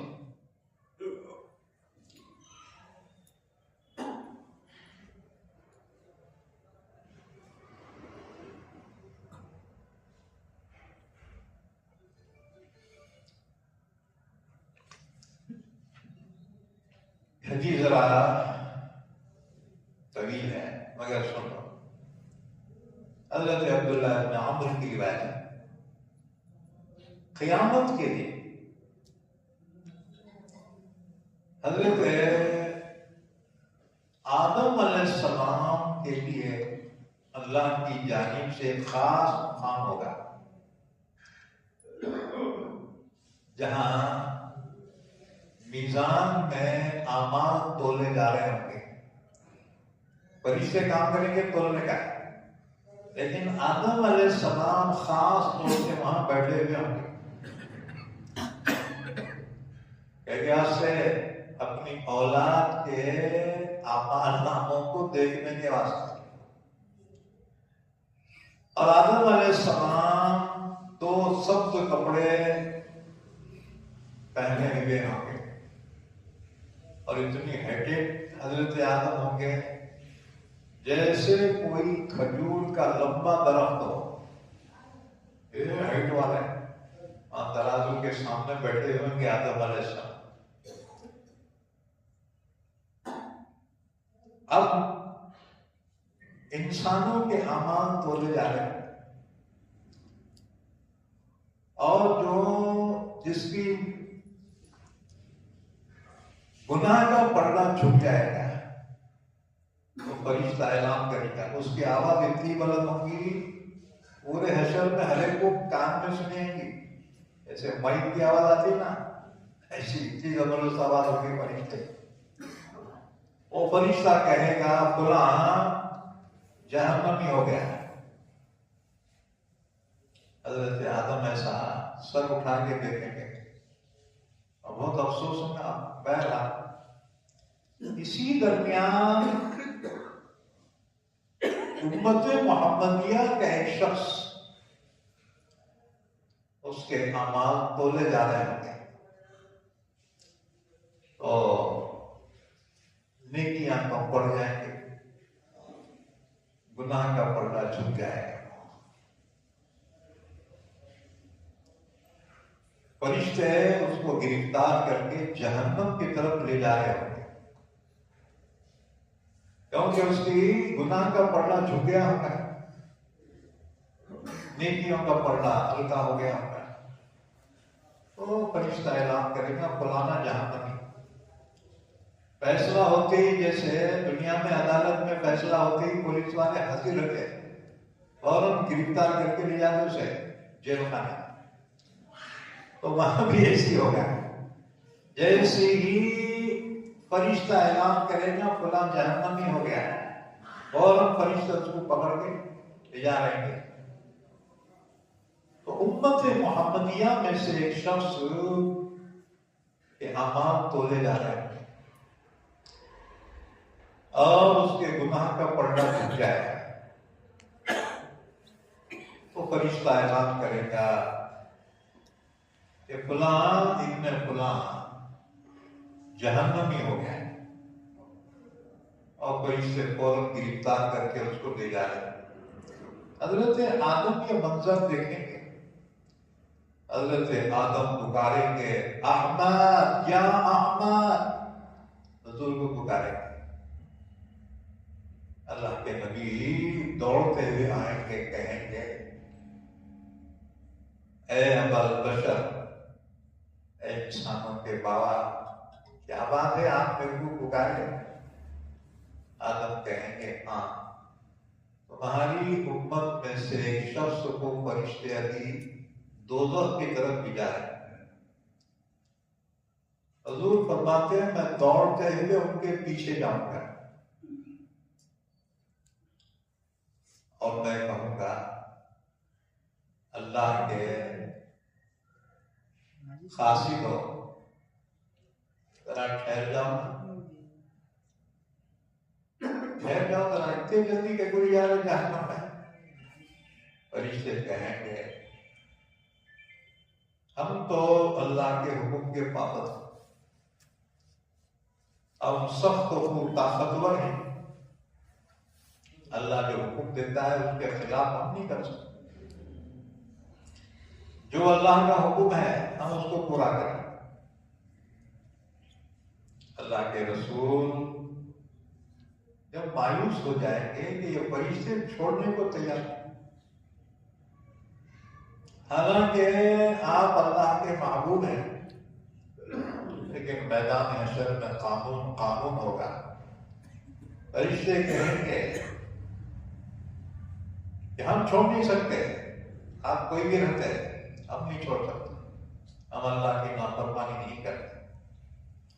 جب حضور مایوس ہو جائیں گے تو آپ بائیں ہاتھ سے اپنی داڑھی کو پکڑیں گے، عرش کی طرف دیکھیں گے، عرض کریں گے میرے مالک تو نے مجھ سے وعدہ کیا تھا کہ مجھے میری امت کے بارے میں رسوا نہیں کرے گا، دیکھ تیرے فرشتے میرے امتی کو پکڑ کر جہنم کی طرف لے جائیں۔ حضور کو بہت صدمہ ہوتا تھا نا، حضور اپنی داڑھی کو اپنے ہاتھوں میں پکڑتے تھے، انتہائی غم کے وقت حضور کی کیفیت ہوتی تھی۔ جب امتی کو فرشتے لے جا رہے ہیں جہنم کی طرف تو آپ اٹھ رہے ہیں، بائیں ہاتھ سے اپنی داڑھی مبارک کو پکڑیں، عرش کی طرف دیکھ کر کہیں گے میرے مالک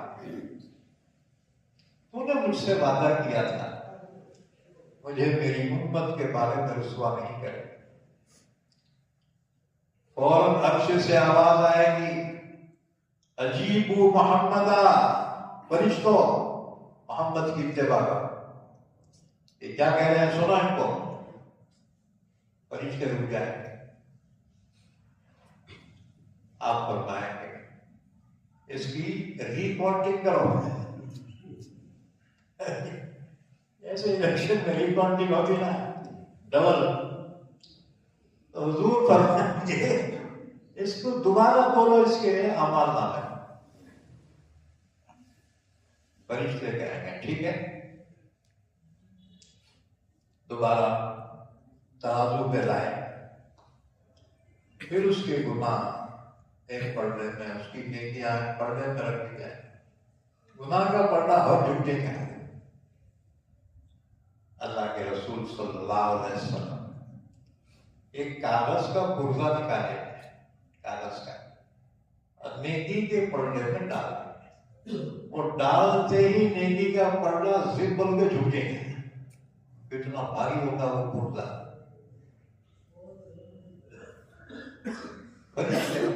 تعجب سے دیکھیں گے کہ نیکی کا پردہ جھک گیا، فرشتہ اعلان کرے گا فلاں ابن فلاں کامیاب ہو گیا، جنتی بن گیا، چنانچہ اس کو جنت میں لے جا۔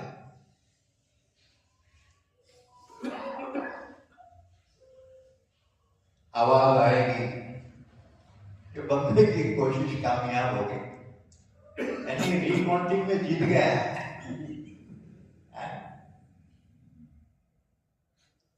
کامیاب ہو گئی کوشش۔ چنانچہ فرشتے اس کو بجائے جہنم کے جنت کی طرف لے جا رہا ہے، چلو بھائی جنت میں چلو۔ وہ کہے گا اللہ کے فرشتوں ذرا کہہ میں اس معزز بندے سے کچھ پوچھ لوں۔ فرشتے بولیں گے ٹھیک ہے پوچھ لو۔ وہ پلٹ کر آئے گا اللہ کے نبی کی خدمت میں، کہے گا آپ پر میرے ماں باپ قربان، آپ کا چہرہ کتنا حسین ہے، آپ کے اخلاق کتنا اعلیٰ ہے، آپ نے مجھ پر جو رحم کیا آپ کا شکریہ ادا کرنا چاہتا ہوں۔ ذرا یہ تو بتائیے پرزہ کیا تھا کاغذ کا جس کے ڈالتے ہی نیکی کا پردہ ٹوٹ گیا اور میں جنتی ہو گیا؟ آپ کون ہیں آپ؟ اب وہ پرزہ کیا ہے؟ حضور فرمائیں گے کیا تو مجھے نہیں پہچانتا؟ میں تیرا نبی محمد رسول اللہ، نہیں پہچانا اپنے نبی کو. اور تو جو درود شریف مجھ پر پڑھتا تھا وہی درود شریف اس پرزے میں لکھا تھا. میں نے تیرا احسان یہاں پر چکا دیا ہے. معلوم ہوا درود شریف پڑھنا بھی میزان عمل میں نیکیوں کے پلڑے کو جھکا دیتا ہے. تو کچھ نہ کچھ اسٹاک رکھتے رہو جی وہاں کام آ جائے. اسی طرح حدیث میں بتاخر کا بھی ذکر ہے، یعنی لا الہ الا اللہ محمد رسول اللہ ایک پرزہ نیکی کے پردے میں ڈال دیا جائے وہ چھوٹ جائے. بہرحال اللہ نے فرمایا وَلَقَدْ مَكَّنَّاكُمْ فِي الْأَرْضِ یقیناً ہم نے تم کو سرزمین میں ٹھکانہ دیا. وَجَعَلْنَا لَكُمْ فِيهَا مَعَائِشَ اور ہم نے تمہارے لیے زمین میں ہماری زندگی کے اسباب بھی پیدا کیے، روزیاں ہم نے تم کو دی. قَلِيلًا مَا تَشْكُرُونَ تم لوگ شکر بہت کم ادا کرتے. وَلَقَدْ خَلَقْنَاكُمْ ثُمَّ صَوَّرْنَاكُمْ یقیناً ہم نے تم کو پیدا کیا پھر تمہاری صورت شکلیں بنائی. ثُمَّ قُلْنَا لِلْمَلَائِكَةِ اسْجُدُوا لِآدَمَ فَسَجَدُوا إِلَّا إِبْلِيسَ اللہ اپنے احسان کو بتایا. پھر ہم نے فرشتوں کو حکم دیا کہ تم سب آدم کو سجدہ کرو. آدم انسانوں کے بابا ہیں، پہلے انسان ابو البشر. اللہ نے ان کو مٹی سے بنایا، روح ڈالی، فرشتوں کو حکم دیا سب آدم کو سجدہ کرو. فسجدوا الا ابلیس حکم پر سب نے سجدہ کیا سوائے ابلیس کے. لم یکن من الساجدین وہ سجدہ کرنے والوں میں سے نہیں ہوا. قال ما منعك الا تسجد اذ امرتك اللہ نے فرمایا کیوں رے میں نے تجھے حکم دیا تھا تو سجدہ کیوں نہیں کرا. قال انا خیر منہ کہنے لگا میں آدم سے بہتر ہوں. خلقتنی من نار وخلقته من طین تو نے مجھے آگ سے پیدا کیا اور آدم کو مٹی سے پیدا کیا. آگ کا مرتبہ مٹی سے بڑھ کر آگ جلائے تو کدھر جاتی لپنے اوپر جاتی. اب مٹی اوپر دیکھے تو کہاں تھی نیچے پاؤں میں کھمبے لے جاتی.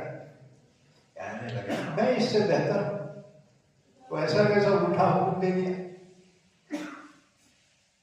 قال فاهبط منها فما يكون لك ان تتكبر فيها اللہ نے فرمایا ڈیڑھ شانے زیادہ ہوشیار نہ ہوتا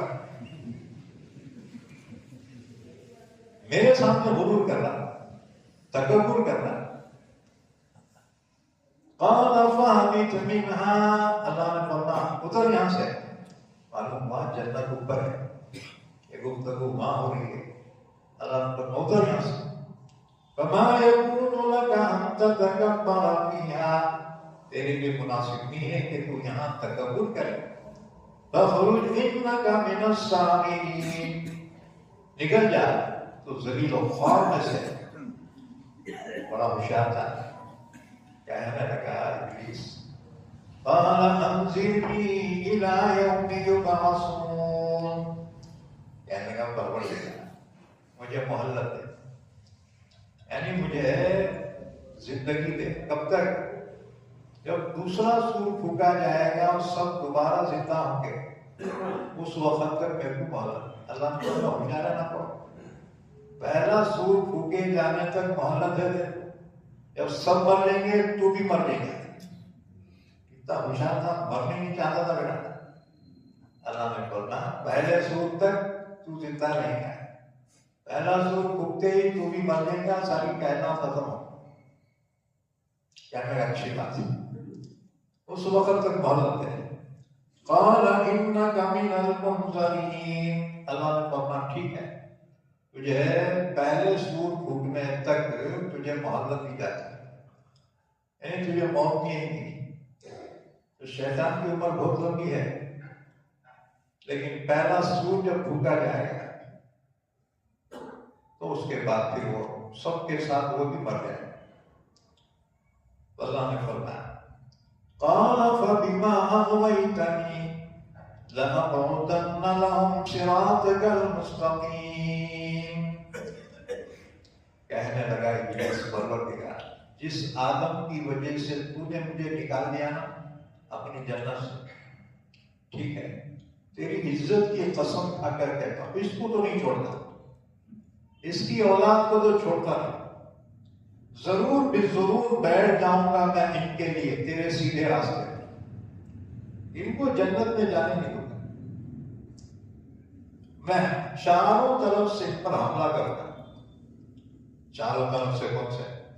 ثم لآتینہم من بین ایدیہم ومن خلفہم، میں ضرور آؤں گا ان پر، ان کے سیدھی جنت، ان کے آگے سے بھی اور پیچھے سے بھی، دائیں سے بھی بائیں سے بھی، اور طرح سے ان پہ حملہ کروں۔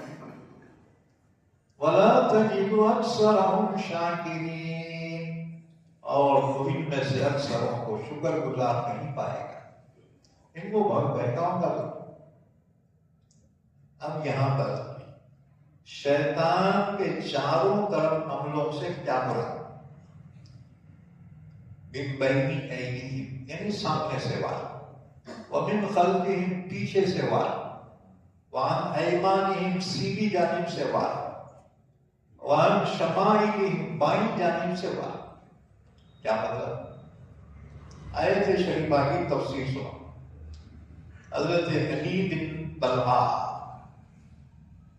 کی روایت ہے، عبداللہ بن عباس فرماتے ہیں من بین ایدیہم، آگے سے حملے سے مراد ہے آخرت کی جانب سے حملہ کرتا ہے، یعنی آخرت کے بارے میں شک میں ڈالتا ہے، آخرت کے بارے میں شک میں ڈالنا مطلب کہ وہ کہتا ہے یار مرنے کے بعد دوبارہ کیسا زندہ ہوں گے؟ جب انسان کا جسم قبر میں رہے گا وہ تو مٹی مٹی ہو جائے گا، دوبارہ کیسا زندہ ہوں گے؟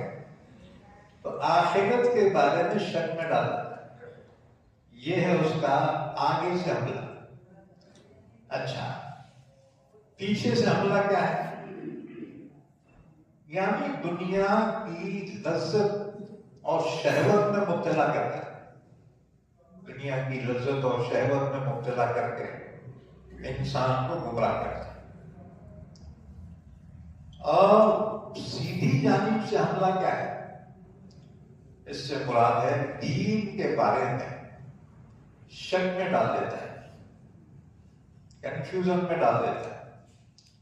اور بائیں جانب سے حملے سے مراد ہے گناہ، وہ گناہ میں مبتلا کرتا ہے، حرام میں مبتلا کر دیتا ہے، بے حیائی میں مبتلا کر دیتا ہے، اور پھر زنا کاری میں مبتلا کر دیتا ہے۔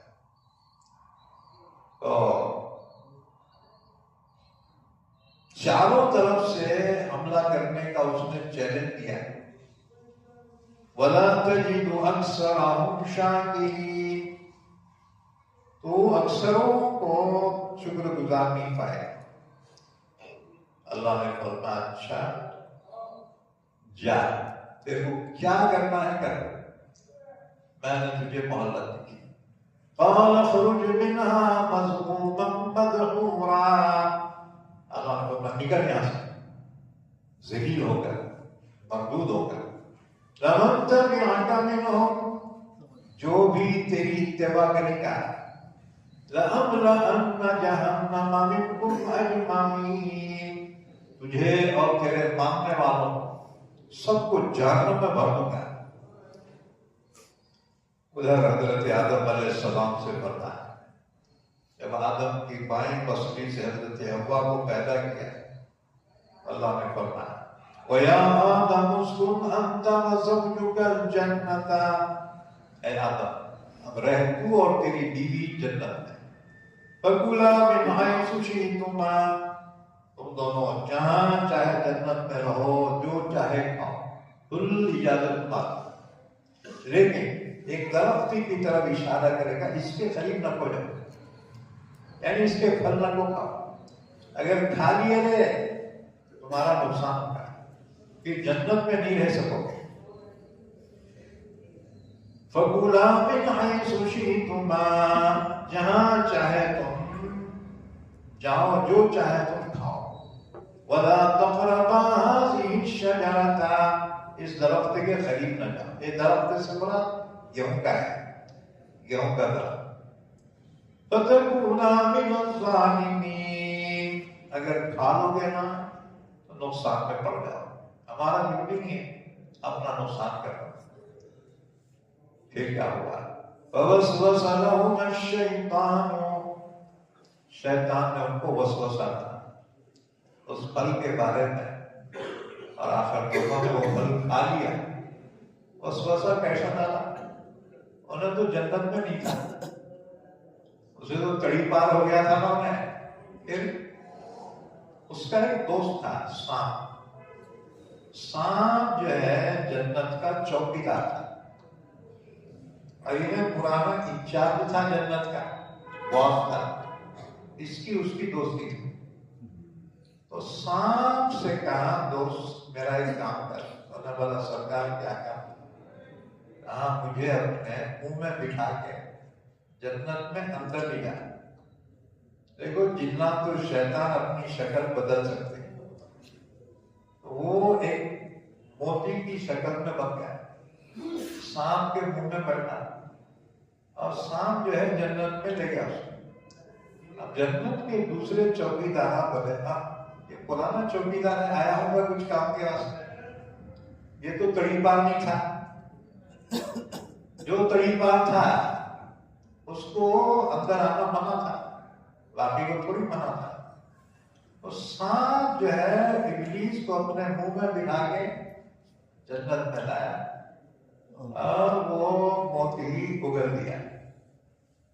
اب انہیں جو ہے اپنی شکل میں آ کے آدم و حوا کے انتظار کر. اب دونوں میاں بیوی گھومتے گھومتے وہاں آ گئے. انہیں کھڑے ہو کے رونے لگا، ایسے ڈھنگا کر کے رو رہا. حضرت حوا کو تو رحم آ گیا، عورتیں بہت نرم دل کے. آدم سے کہنے لگے جی بیچارہ کہیں کو رو رہا کہ ذرا پوچھو نا. آدم نے پوچھا کیوں رو رہا ہے؟ انہوں نے بولا اپنے بارے میں، تمہارے بارے میں سوچ کے رو رہا ہوں. ہماری فکر کہنے لگا اس لیے کہ میں جنت کا بہت پرانا ایک راز میرے کو معلوم ہے. اللہ نے تم کو جس درخت کے پھل کھانے سے منع کیا نا، کیوں کیا معلوم ہے؟ کیوں کیا؟ کیونکہ وہ پھل جو بھی کھایا ہے انہیں سیدھا فرشتہ بن جاتا ہے، اور جنت میں ہمیشہ رہتا ہوں میں، اسے کبھی موت نہیں آتی. آدم بولے ہٹ، جھوٹے وعدہ کر رہا بیٹا. تو اس نے قسم کھائی، کہنے لگا اللہ کی قسم کھا کر کہتا ہوں میں جو کچھ کہہ رہا ہوں سچ کہہ رہا ہوں، ہمارا ہمدرد ہوں میں. اب اس کی باتوں میں آگے حضرت حوا، اور تم بہت ہرس رہتی. ابھی 1 کلو سونا بھی گلے میں ہے نا، مرد کو بولتے اور ایک لے کے آ. عورت کا جی سونے سے کبھی نہیں بھرتا ہے، ایک بات سمجھتا ہے. اب مرد کا جی پیسوں سے کبھی نہیں بھرتا ہے. نوٹوں کے تھپیاں ہیں، پھر بھی صبح سے شام تک دکان میں بیٹھنے والا بیٹا چٹان کے جیسا ہے. بہت کما ہے، آرام کرو گا نہیں، وہ تھا کمانا پڑتا ہے. تو آدمی پیسوں کا بہت ہرس، عورتوں کو زیور کی بہت ہرس. تو حضرت حوا نے جب سنا آدم سے کہنے لگی جی نے کیا اچھی بات بولا، اب ہم کھا لیں گے وہ پھل. آدم نے کہا لکو اللہ ناراض ہو گیا، یعنی کہ کیا ہوتا میں کھا کے دیکھتا، میرے کو کچھ ہوا تو میرے کو ہوگا، تمہارے کو تو نہیں ہوگا نا۔ آپ جو ہے محبت سے جب آدم سے درخواست کی، آدم بھی بگڑ گئے نا، اب دونوں میاں کی درخت کے پاس گئے، آدم پھر بھی ڈر رہے تھے، اب وہ آگے ہرس میں، آدم آگے قسم میں، جھوٹی قسم میں۔ آدم یہ سمجھتے تھے کوئی اللہ کی قسم جھوٹی نہیں کھاتا ہوں، ان کو کیا معلوم یہ ابلیس ہے۔ بہرحال حضرت حوا نے 3 پھل توڑے، 2 کھا لیے، کوئی ریئیکشن نہیں ہوا، محبت سے دیا تھا تم بھی کھانا چاہیے، میں 2 کھائی کچھ نہیں ہوا۔ محبت سے عورت زہر بھی دیے نا، دیوانہ کھا لیتا۔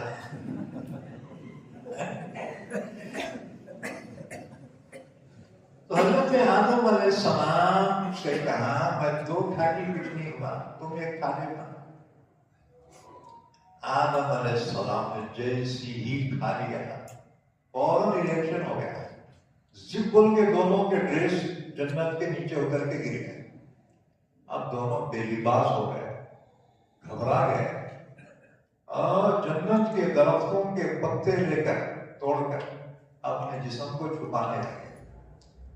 آدم علیہ السلام کے بال بہت لمبے تھے، آدم بھی بہت ہائٹڈ تھے، آپ بھاگنا شروع کر دیا گھبرا کے۔ ایک درخت میں آدم کے بالوں الجھا گئے، اب آدم علیہ السلام آگے چھوڑ رہے میرے بال، انہیں بولا نہیں چھوڑتا، آپ بھاگ رہے، اللہ اتنی تمہارے پہ کرم کیا تھا۔ اتنے میں اللہ نے آواز دی، آدم کہاں بھاگ رہا ہے؟ کہا اللہ تجھ سے حیا آتی ہے اس لیے بھاگ رہا، میں تجھ سے کہاں بھاگ سکتا ہوں؟ اللہ نے فرمایا میں تو پہلی بولا تھا، وہ ابلیس تمہارا دشمن ہے، کہیں وسوسہ نہ ڈال دے۔ آخر وہی ہوا، نکو کھاؤ بولے تو کھا لیا۔ اب ایسے نافرمان میری جنت میں نہیں رہ سکتے، لہذا تم بھی گیٹ آؤٹ، اتر جاؤ جنت سے، تم میں سے بعض کے دشمن، شیطان انسان کا دشمن ہے، انسان شیطان کا دشمن۔ اچھا، چاروں کو اللہ نے جنت سے نکال دیا،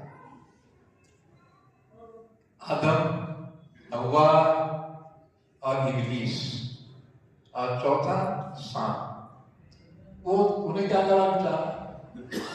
وہ بیچارہ نہیں تھا، گنہگار کا ساتھ دینے والا بھی گنہگار ہوتا ہے، مراٹھی بولتے گنہگار آنی سہ گنہگار۔ چاروں کو اتار دیا اللہ نے جنت سے۔ آدم سری لنکا میں اتارے گئے، حضرت حوا جدہ میں اتاری گئی، سانپ اصفہان میں یعنی ایران میں اتارا گیا، اور ابلیس دستے نیسان میں یعنی یمن میں اتارا گیا۔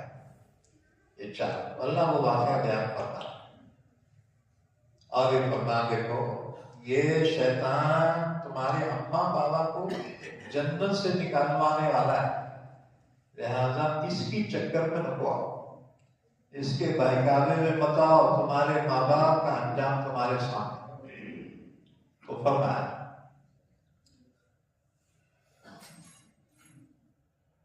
وَلَا تَجِدُ أَكْثَرَهُمْ شَاكِرِينَ، نہیں پائے گا تو ان میں سے اکثر کو شکر کرنے والا۔ قَالَ اخْرُجْ مِنْهَا مَذْمُومًا مَدْحُورًا، اللہ نے فرمایا نکل یہاں سے ذلیل ہو کر، مردود ہو کر۔ لَمَن تَبِعَكَ مِنْهُمْ، لوگوں میں سے آدم کی اولاد میں سے جو بھی تیری اتباع کرے گا، لَأَمْلَأَنَّ جَهَنَّمَ مِنْكُمْ أَجْمَعِينَ، تم سب سے میں جہنم کو بھر دوں گا۔ وَيَا آدَمُ اسْكُنْ أَنْتَ وَزَوْجُكَ الْجَنَّةَ، آدم سے فرما اے آدم رہ تو اور تیری بیوی جنت میں، فَكُلَا مِنْ حَيْثُ شِئْتُمَا، اور جنت میں جہاں چاہے تم کھا سکتے، وَلَا تَقْرَبَا هَٰذِهِ الشَّجَرَةَ، اور اس درخت کے قریب نہ جانا، فَتَكُونَا مِنَ الظَّالِمِينَ، ورنہ ہو جاؤ ظالمین میں سے۔ فَوَسْوَسَ لَهُمَا الشَّيْطَانُ، شیطان نے ان کو وسوسہ ڈالا، لِيُبْدِيَ لَهُمَا مَا بُورِيَ عَنْهُمَا مِنْ سَوْآتِهِمَا، تاکہ ان کے چھپے ہوئے جسم کو ظاہر کر دے۔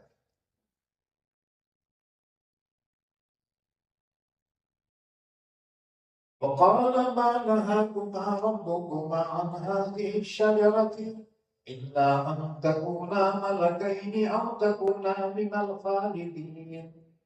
شیطان کہنے لگا تمہارے رب نے جو اس درخت کے پھل کھانے سے منع کیا ہے محض اس لیے یہ کھا کر کہیں تم فرشتے نہ بن جاؤ کہ ہمیشہ ہمیشہ تمہیں زندگی نہ مل جائے۔ وقاسمهما، اور دونوں کے سامنے اللہ کی قسم کھائی، کہنے لگا انی لکما لمن الناصحین، بے شک میں تمہارا خیر خواہ ہوں۔ فدلاهما بغرور، دھوکے سے پھنسا دیا نا دونوں کو، وسوسہ ڈال دیا۔ فلما ذاقا الشجرة، جب دونوں نے وہ پھل توڑ کے کھا لیا، بدت لهما سوآتهما، ان کے چھپے ہوئے جسم ظاہر ہو گئے، بے لباس ہو گئے۔ وَطَفِقَا يَخْصِفَانِ عَلَيْهِمَا مِنْ وَرَقِ الْجَنَّةِ، اپنے جسم کو جنت کے درختوں کے پتوں سے چھپانے لگے۔ یہ کون سے پتے تھے؟ یہ انجیر کے درخت کے پتے تھے۔ اب ظاہر بات ہے جنت میں درخت چھوٹے توڑ دیے بڑے بڑے، اس کے پتے بھی بڑے بڑے ہو گئے، کیونکہ آدم حوا کی ہیڈ بھی بہت ہی نہ تھی۔ پتوں سے اپنے جسم کو ڈھانپنے لگے۔ وَنَادَاهُمَا رَبُّهُمَا، اور ان کے رب نے ان کو آواز دی، أَلَمْ أَنْهَكُمَا عَنْ تِلْكُمَا الشَّجَرَةِ، کیا میں نے تم کو منع نہیں کیا تھا اس درخت سے؟ وَأَقُلْ لَكُمَا إِنَّ الشَّيْطَانَ لَكُمَا عَدُوٌّ مُّبِينٌ، کیا میں نے تم سے نہیں کہا تھا کہ شیطان تمہارا کھلا ہوا دشمن ہے؟ اور حضرت آدم حوا 100 سال تک ملے نہیں۔ بعد میں اللہ نے آدم کو جب حکم دیا میرا گھر تعمیر کرو، بیت اللہ کی تعمیر کے لیے سری لنکا سے وہاں مکہ پہنچے اور کعبۃ اللہ تعمیر کی۔ اللہ نے حکم دیا اس کا حج کر، آدم نے کہا میرے کو نہیں معلوم حج کیسا ہے۔ اللہ ایک فرشتہ لے گا، وہ فرشتہ آپ کو لے کر عرفات میں پہنچے۔ اتفاقاً حضرت حوا بھی جدے سے عرفات پہنچ گئی، وہاں ایک دوسرے کو دیکھ کر پہچان گئی، عجیب تم، عجیب تم، تعارف ہو گیا، اسی لیے اس کا نام عرفہ رکھا گیا۔ عرفات یہ تعارف سے رکھا ہے لفظ، وہاں آدم حوا کا تعارف ہوا۔ 100 سال کے بعد بچھڑ کے ملے تو پھر آدم ان کو لے کے مزدلفہ میں آ گیا اور وہاں دونوں کا ملاپ ہوا، اور اسی لیے اس مقام کو مزدلفہ کہا جاتا ہے، ملاپ کی جگہ۔ پھر وہاں سے لے کر سری لنکا آئے، اور پھر آدم کی عمر 1000 سال ہوئی، اور حضرت حوا کے 40 بچے پیدا ہوئے، ان کی اولاد سے پوری دنیا کے انسان پیدا ہوئے، مرد عورت۔ تو فرمایا قَالَ رَبَّنَا ظَلَمْنَا أَنفُسَنَا، 200 سال آدم روتے رہے، اور شرم کی وجہ سے آسمان کی طرف نظر اٹھا کر بھی نہیں دیکھتے۔ اس اللہ نے اتنے احسانات کیے تھے، یہ نافرمانی کیسے ہو گئی ہم سے؟ یہ آخر اللہ نے ان کے دلوں میں توبہ کے کلمات ڈالا، اور پھر آدم حوا نے توبہ، قالا دونوں نے کہا ربنا ظلمنا انفسنا، اے ہمارے رب ہم نے اپنے آپ پہ بڑا ظلم کیا ہے، وَإِن لَّمْ تَغْفِرْ لَنَا وَتَرْحَمْنَا لَنَكُونَنَّ مِنَ الْخَاسِرِينَ، اگر تو ہمیں معاف نہ کرے، ہم پہ رحم نہ کرے، تو ہم ضرور ہو جائیں گے نقصان اٹھانے والوں میں سے۔ بہرحال اللہ تعالیٰ نے ان کی توبہ قبول کی، آدم سمجھے اور جنت میں بلا کے رکھتے کیا ہے، جنت میں ابھی نہیں، پھر تمہیں دنیا میں رہنا، ہاں جو وقت آئے گا اس کے بعد پھر جو ہے تم کو بلایا جائے گا۔ قَالَ اهْبِطُوا بَعْضُكُمْ لِبَعْضٍ عَدُوٌّ، اللہ نے فرمایا ادھر جاؤ، تم ایک دوسرے کے دشمن، وَلَكُمْ فِي الْأَرْضِ مُسْتَقَرٌّ، سرزمین میں تم کو رہنا ہے، وَمَتَاعٌ إِلَىٰ حِينٍ، اور سامان اور پیدا پہنچانا ہے ایک وقت تک، دنیا میں ہی رہو گے۔ قَالَ فِيهَا تَحْيَوْنَ، اللہ نے فرمایا اسی سرزمین پر تم زندگی گزارو گے، وَفِيهَا تَمُوتُونَ، اور اسی سرزمین پہ تم مرو گے، وَمِنْهَا تُخْرَجُونَ، اسی سرزمین سے پھر دوبارہ زندہ کر کے قیامت کے دن اٹھائے جاؤ۔ اس کے بعد انسانوں کو نصیحت کرتے ہوئے، یا بنی آدم، اے آدم کی اولاد، اے انسان، قد انزلنا علیکم لباسا یواری سوآتکم، ہم نے تم پر لباس نازل کیا ہے۔ بولے تو آسمان سے ٹپکا، آسمان سے بارش ہوئی، زمین سے کپاس کے جھاڑ اگے اور کپاس سے کپڑے بنے، اور لباس دو قسم کا ہوتا ہے، ایک ضرورت کے یواری سوآتکم، جو تمہارے پوشیدہ بدن کو چھپاتا ہے، وریشا، ایک لباس ہوتا ہے زینت، اوپر میں نا شروانے پورنا سورگور گئے پیشن کے راستے، ریشا یعنی زینت کے، وَلِبَاسُ التَّقْوَىٰ ذَٰلِكَ خَيْرٌ، بہترین لباس تقوی کا لباس یعنی نیک عمل کرتے ہیں، ذَٰلِكَ مِنْ آیَاتِ اللَّهِ، یہ سب اللہ کی قدرت کی نشانیوں میں سے ہے، لَعَلَّهُمْ يَذَّكَّرُونَ، تاکہ وہ نصیحت حاصل کریں۔ یا بنی آدم لا یفتننکم الشیطان، اے آدم کی اولاد، کہیں تم کو فتنے میں نہ ڈال دے شیطان، کما اخرج ابویکم من الجنہ، جیسے اس نے تمہارے ماں باپ کو جنت سے نکلوایا، کہیں تمہیں جنت سے روک نہ دے، ینزع عنہما لباسہما، اس نے تمہارے ماں باپ کے کپڑے اتار دیے، یعنی ایسا بدماشی تمہارا دشمن ایسے بچ گئے، لیریہما سوآتہما، تاکہ ان کو ان کے چھپے ہوئے بدن دکھا دے، انہ یراکم ہوا وقبیلہ من حیث لا ترونہم، شیطان اور اس کی اولاد تم کو ایسی جگہ سے دیکھتی ہے جہاں سے تم ان کو نہیں دیکھ سکتے، اس لیے یاد رکھو فرمائیں میں بھی بے لباس نہ ہونا۔ إِنَّا جَعَلْنَا الشَّيَاطِينَ أَوْلِيَاءَ لِلَّذِينَ لَا يُؤْمِنُونَ، بے شک ہم نے شیاطین کو ان لوگوں کا دوست بنا رکھا ہے جو ایمان نہیں رکھتے۔ ہم نے آگے آیتیں پڑھی، وقت مکمل ہو گیا، انشاءاللہ باقی آیتوں کی تفسیر آئندہ مجلس میں ہوگی انشاءاللہ۔ اللہ سے دعا ہے اللہ ہم سب کو قرآن کریم سمجھنے کی، عمل کرنے کی توفیق عطا فرمائے۔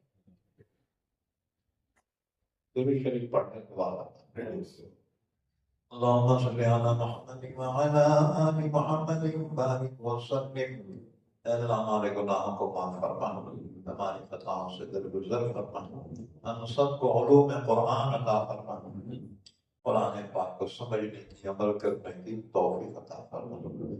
یا اللہ ہمارے مرحومین کی مغفرت فرما، سب کو جنت الفردوس عطا فرما، ہمارے اہل و عیال کی، ہماری اولاد کی، اولاد کی اولاد کی، سب کی حفاظت فرما، سب کو شفائے کامل عطا فرما، سب کی عمروں میں، رزق میں، صحت میں برکت عطا فرما۔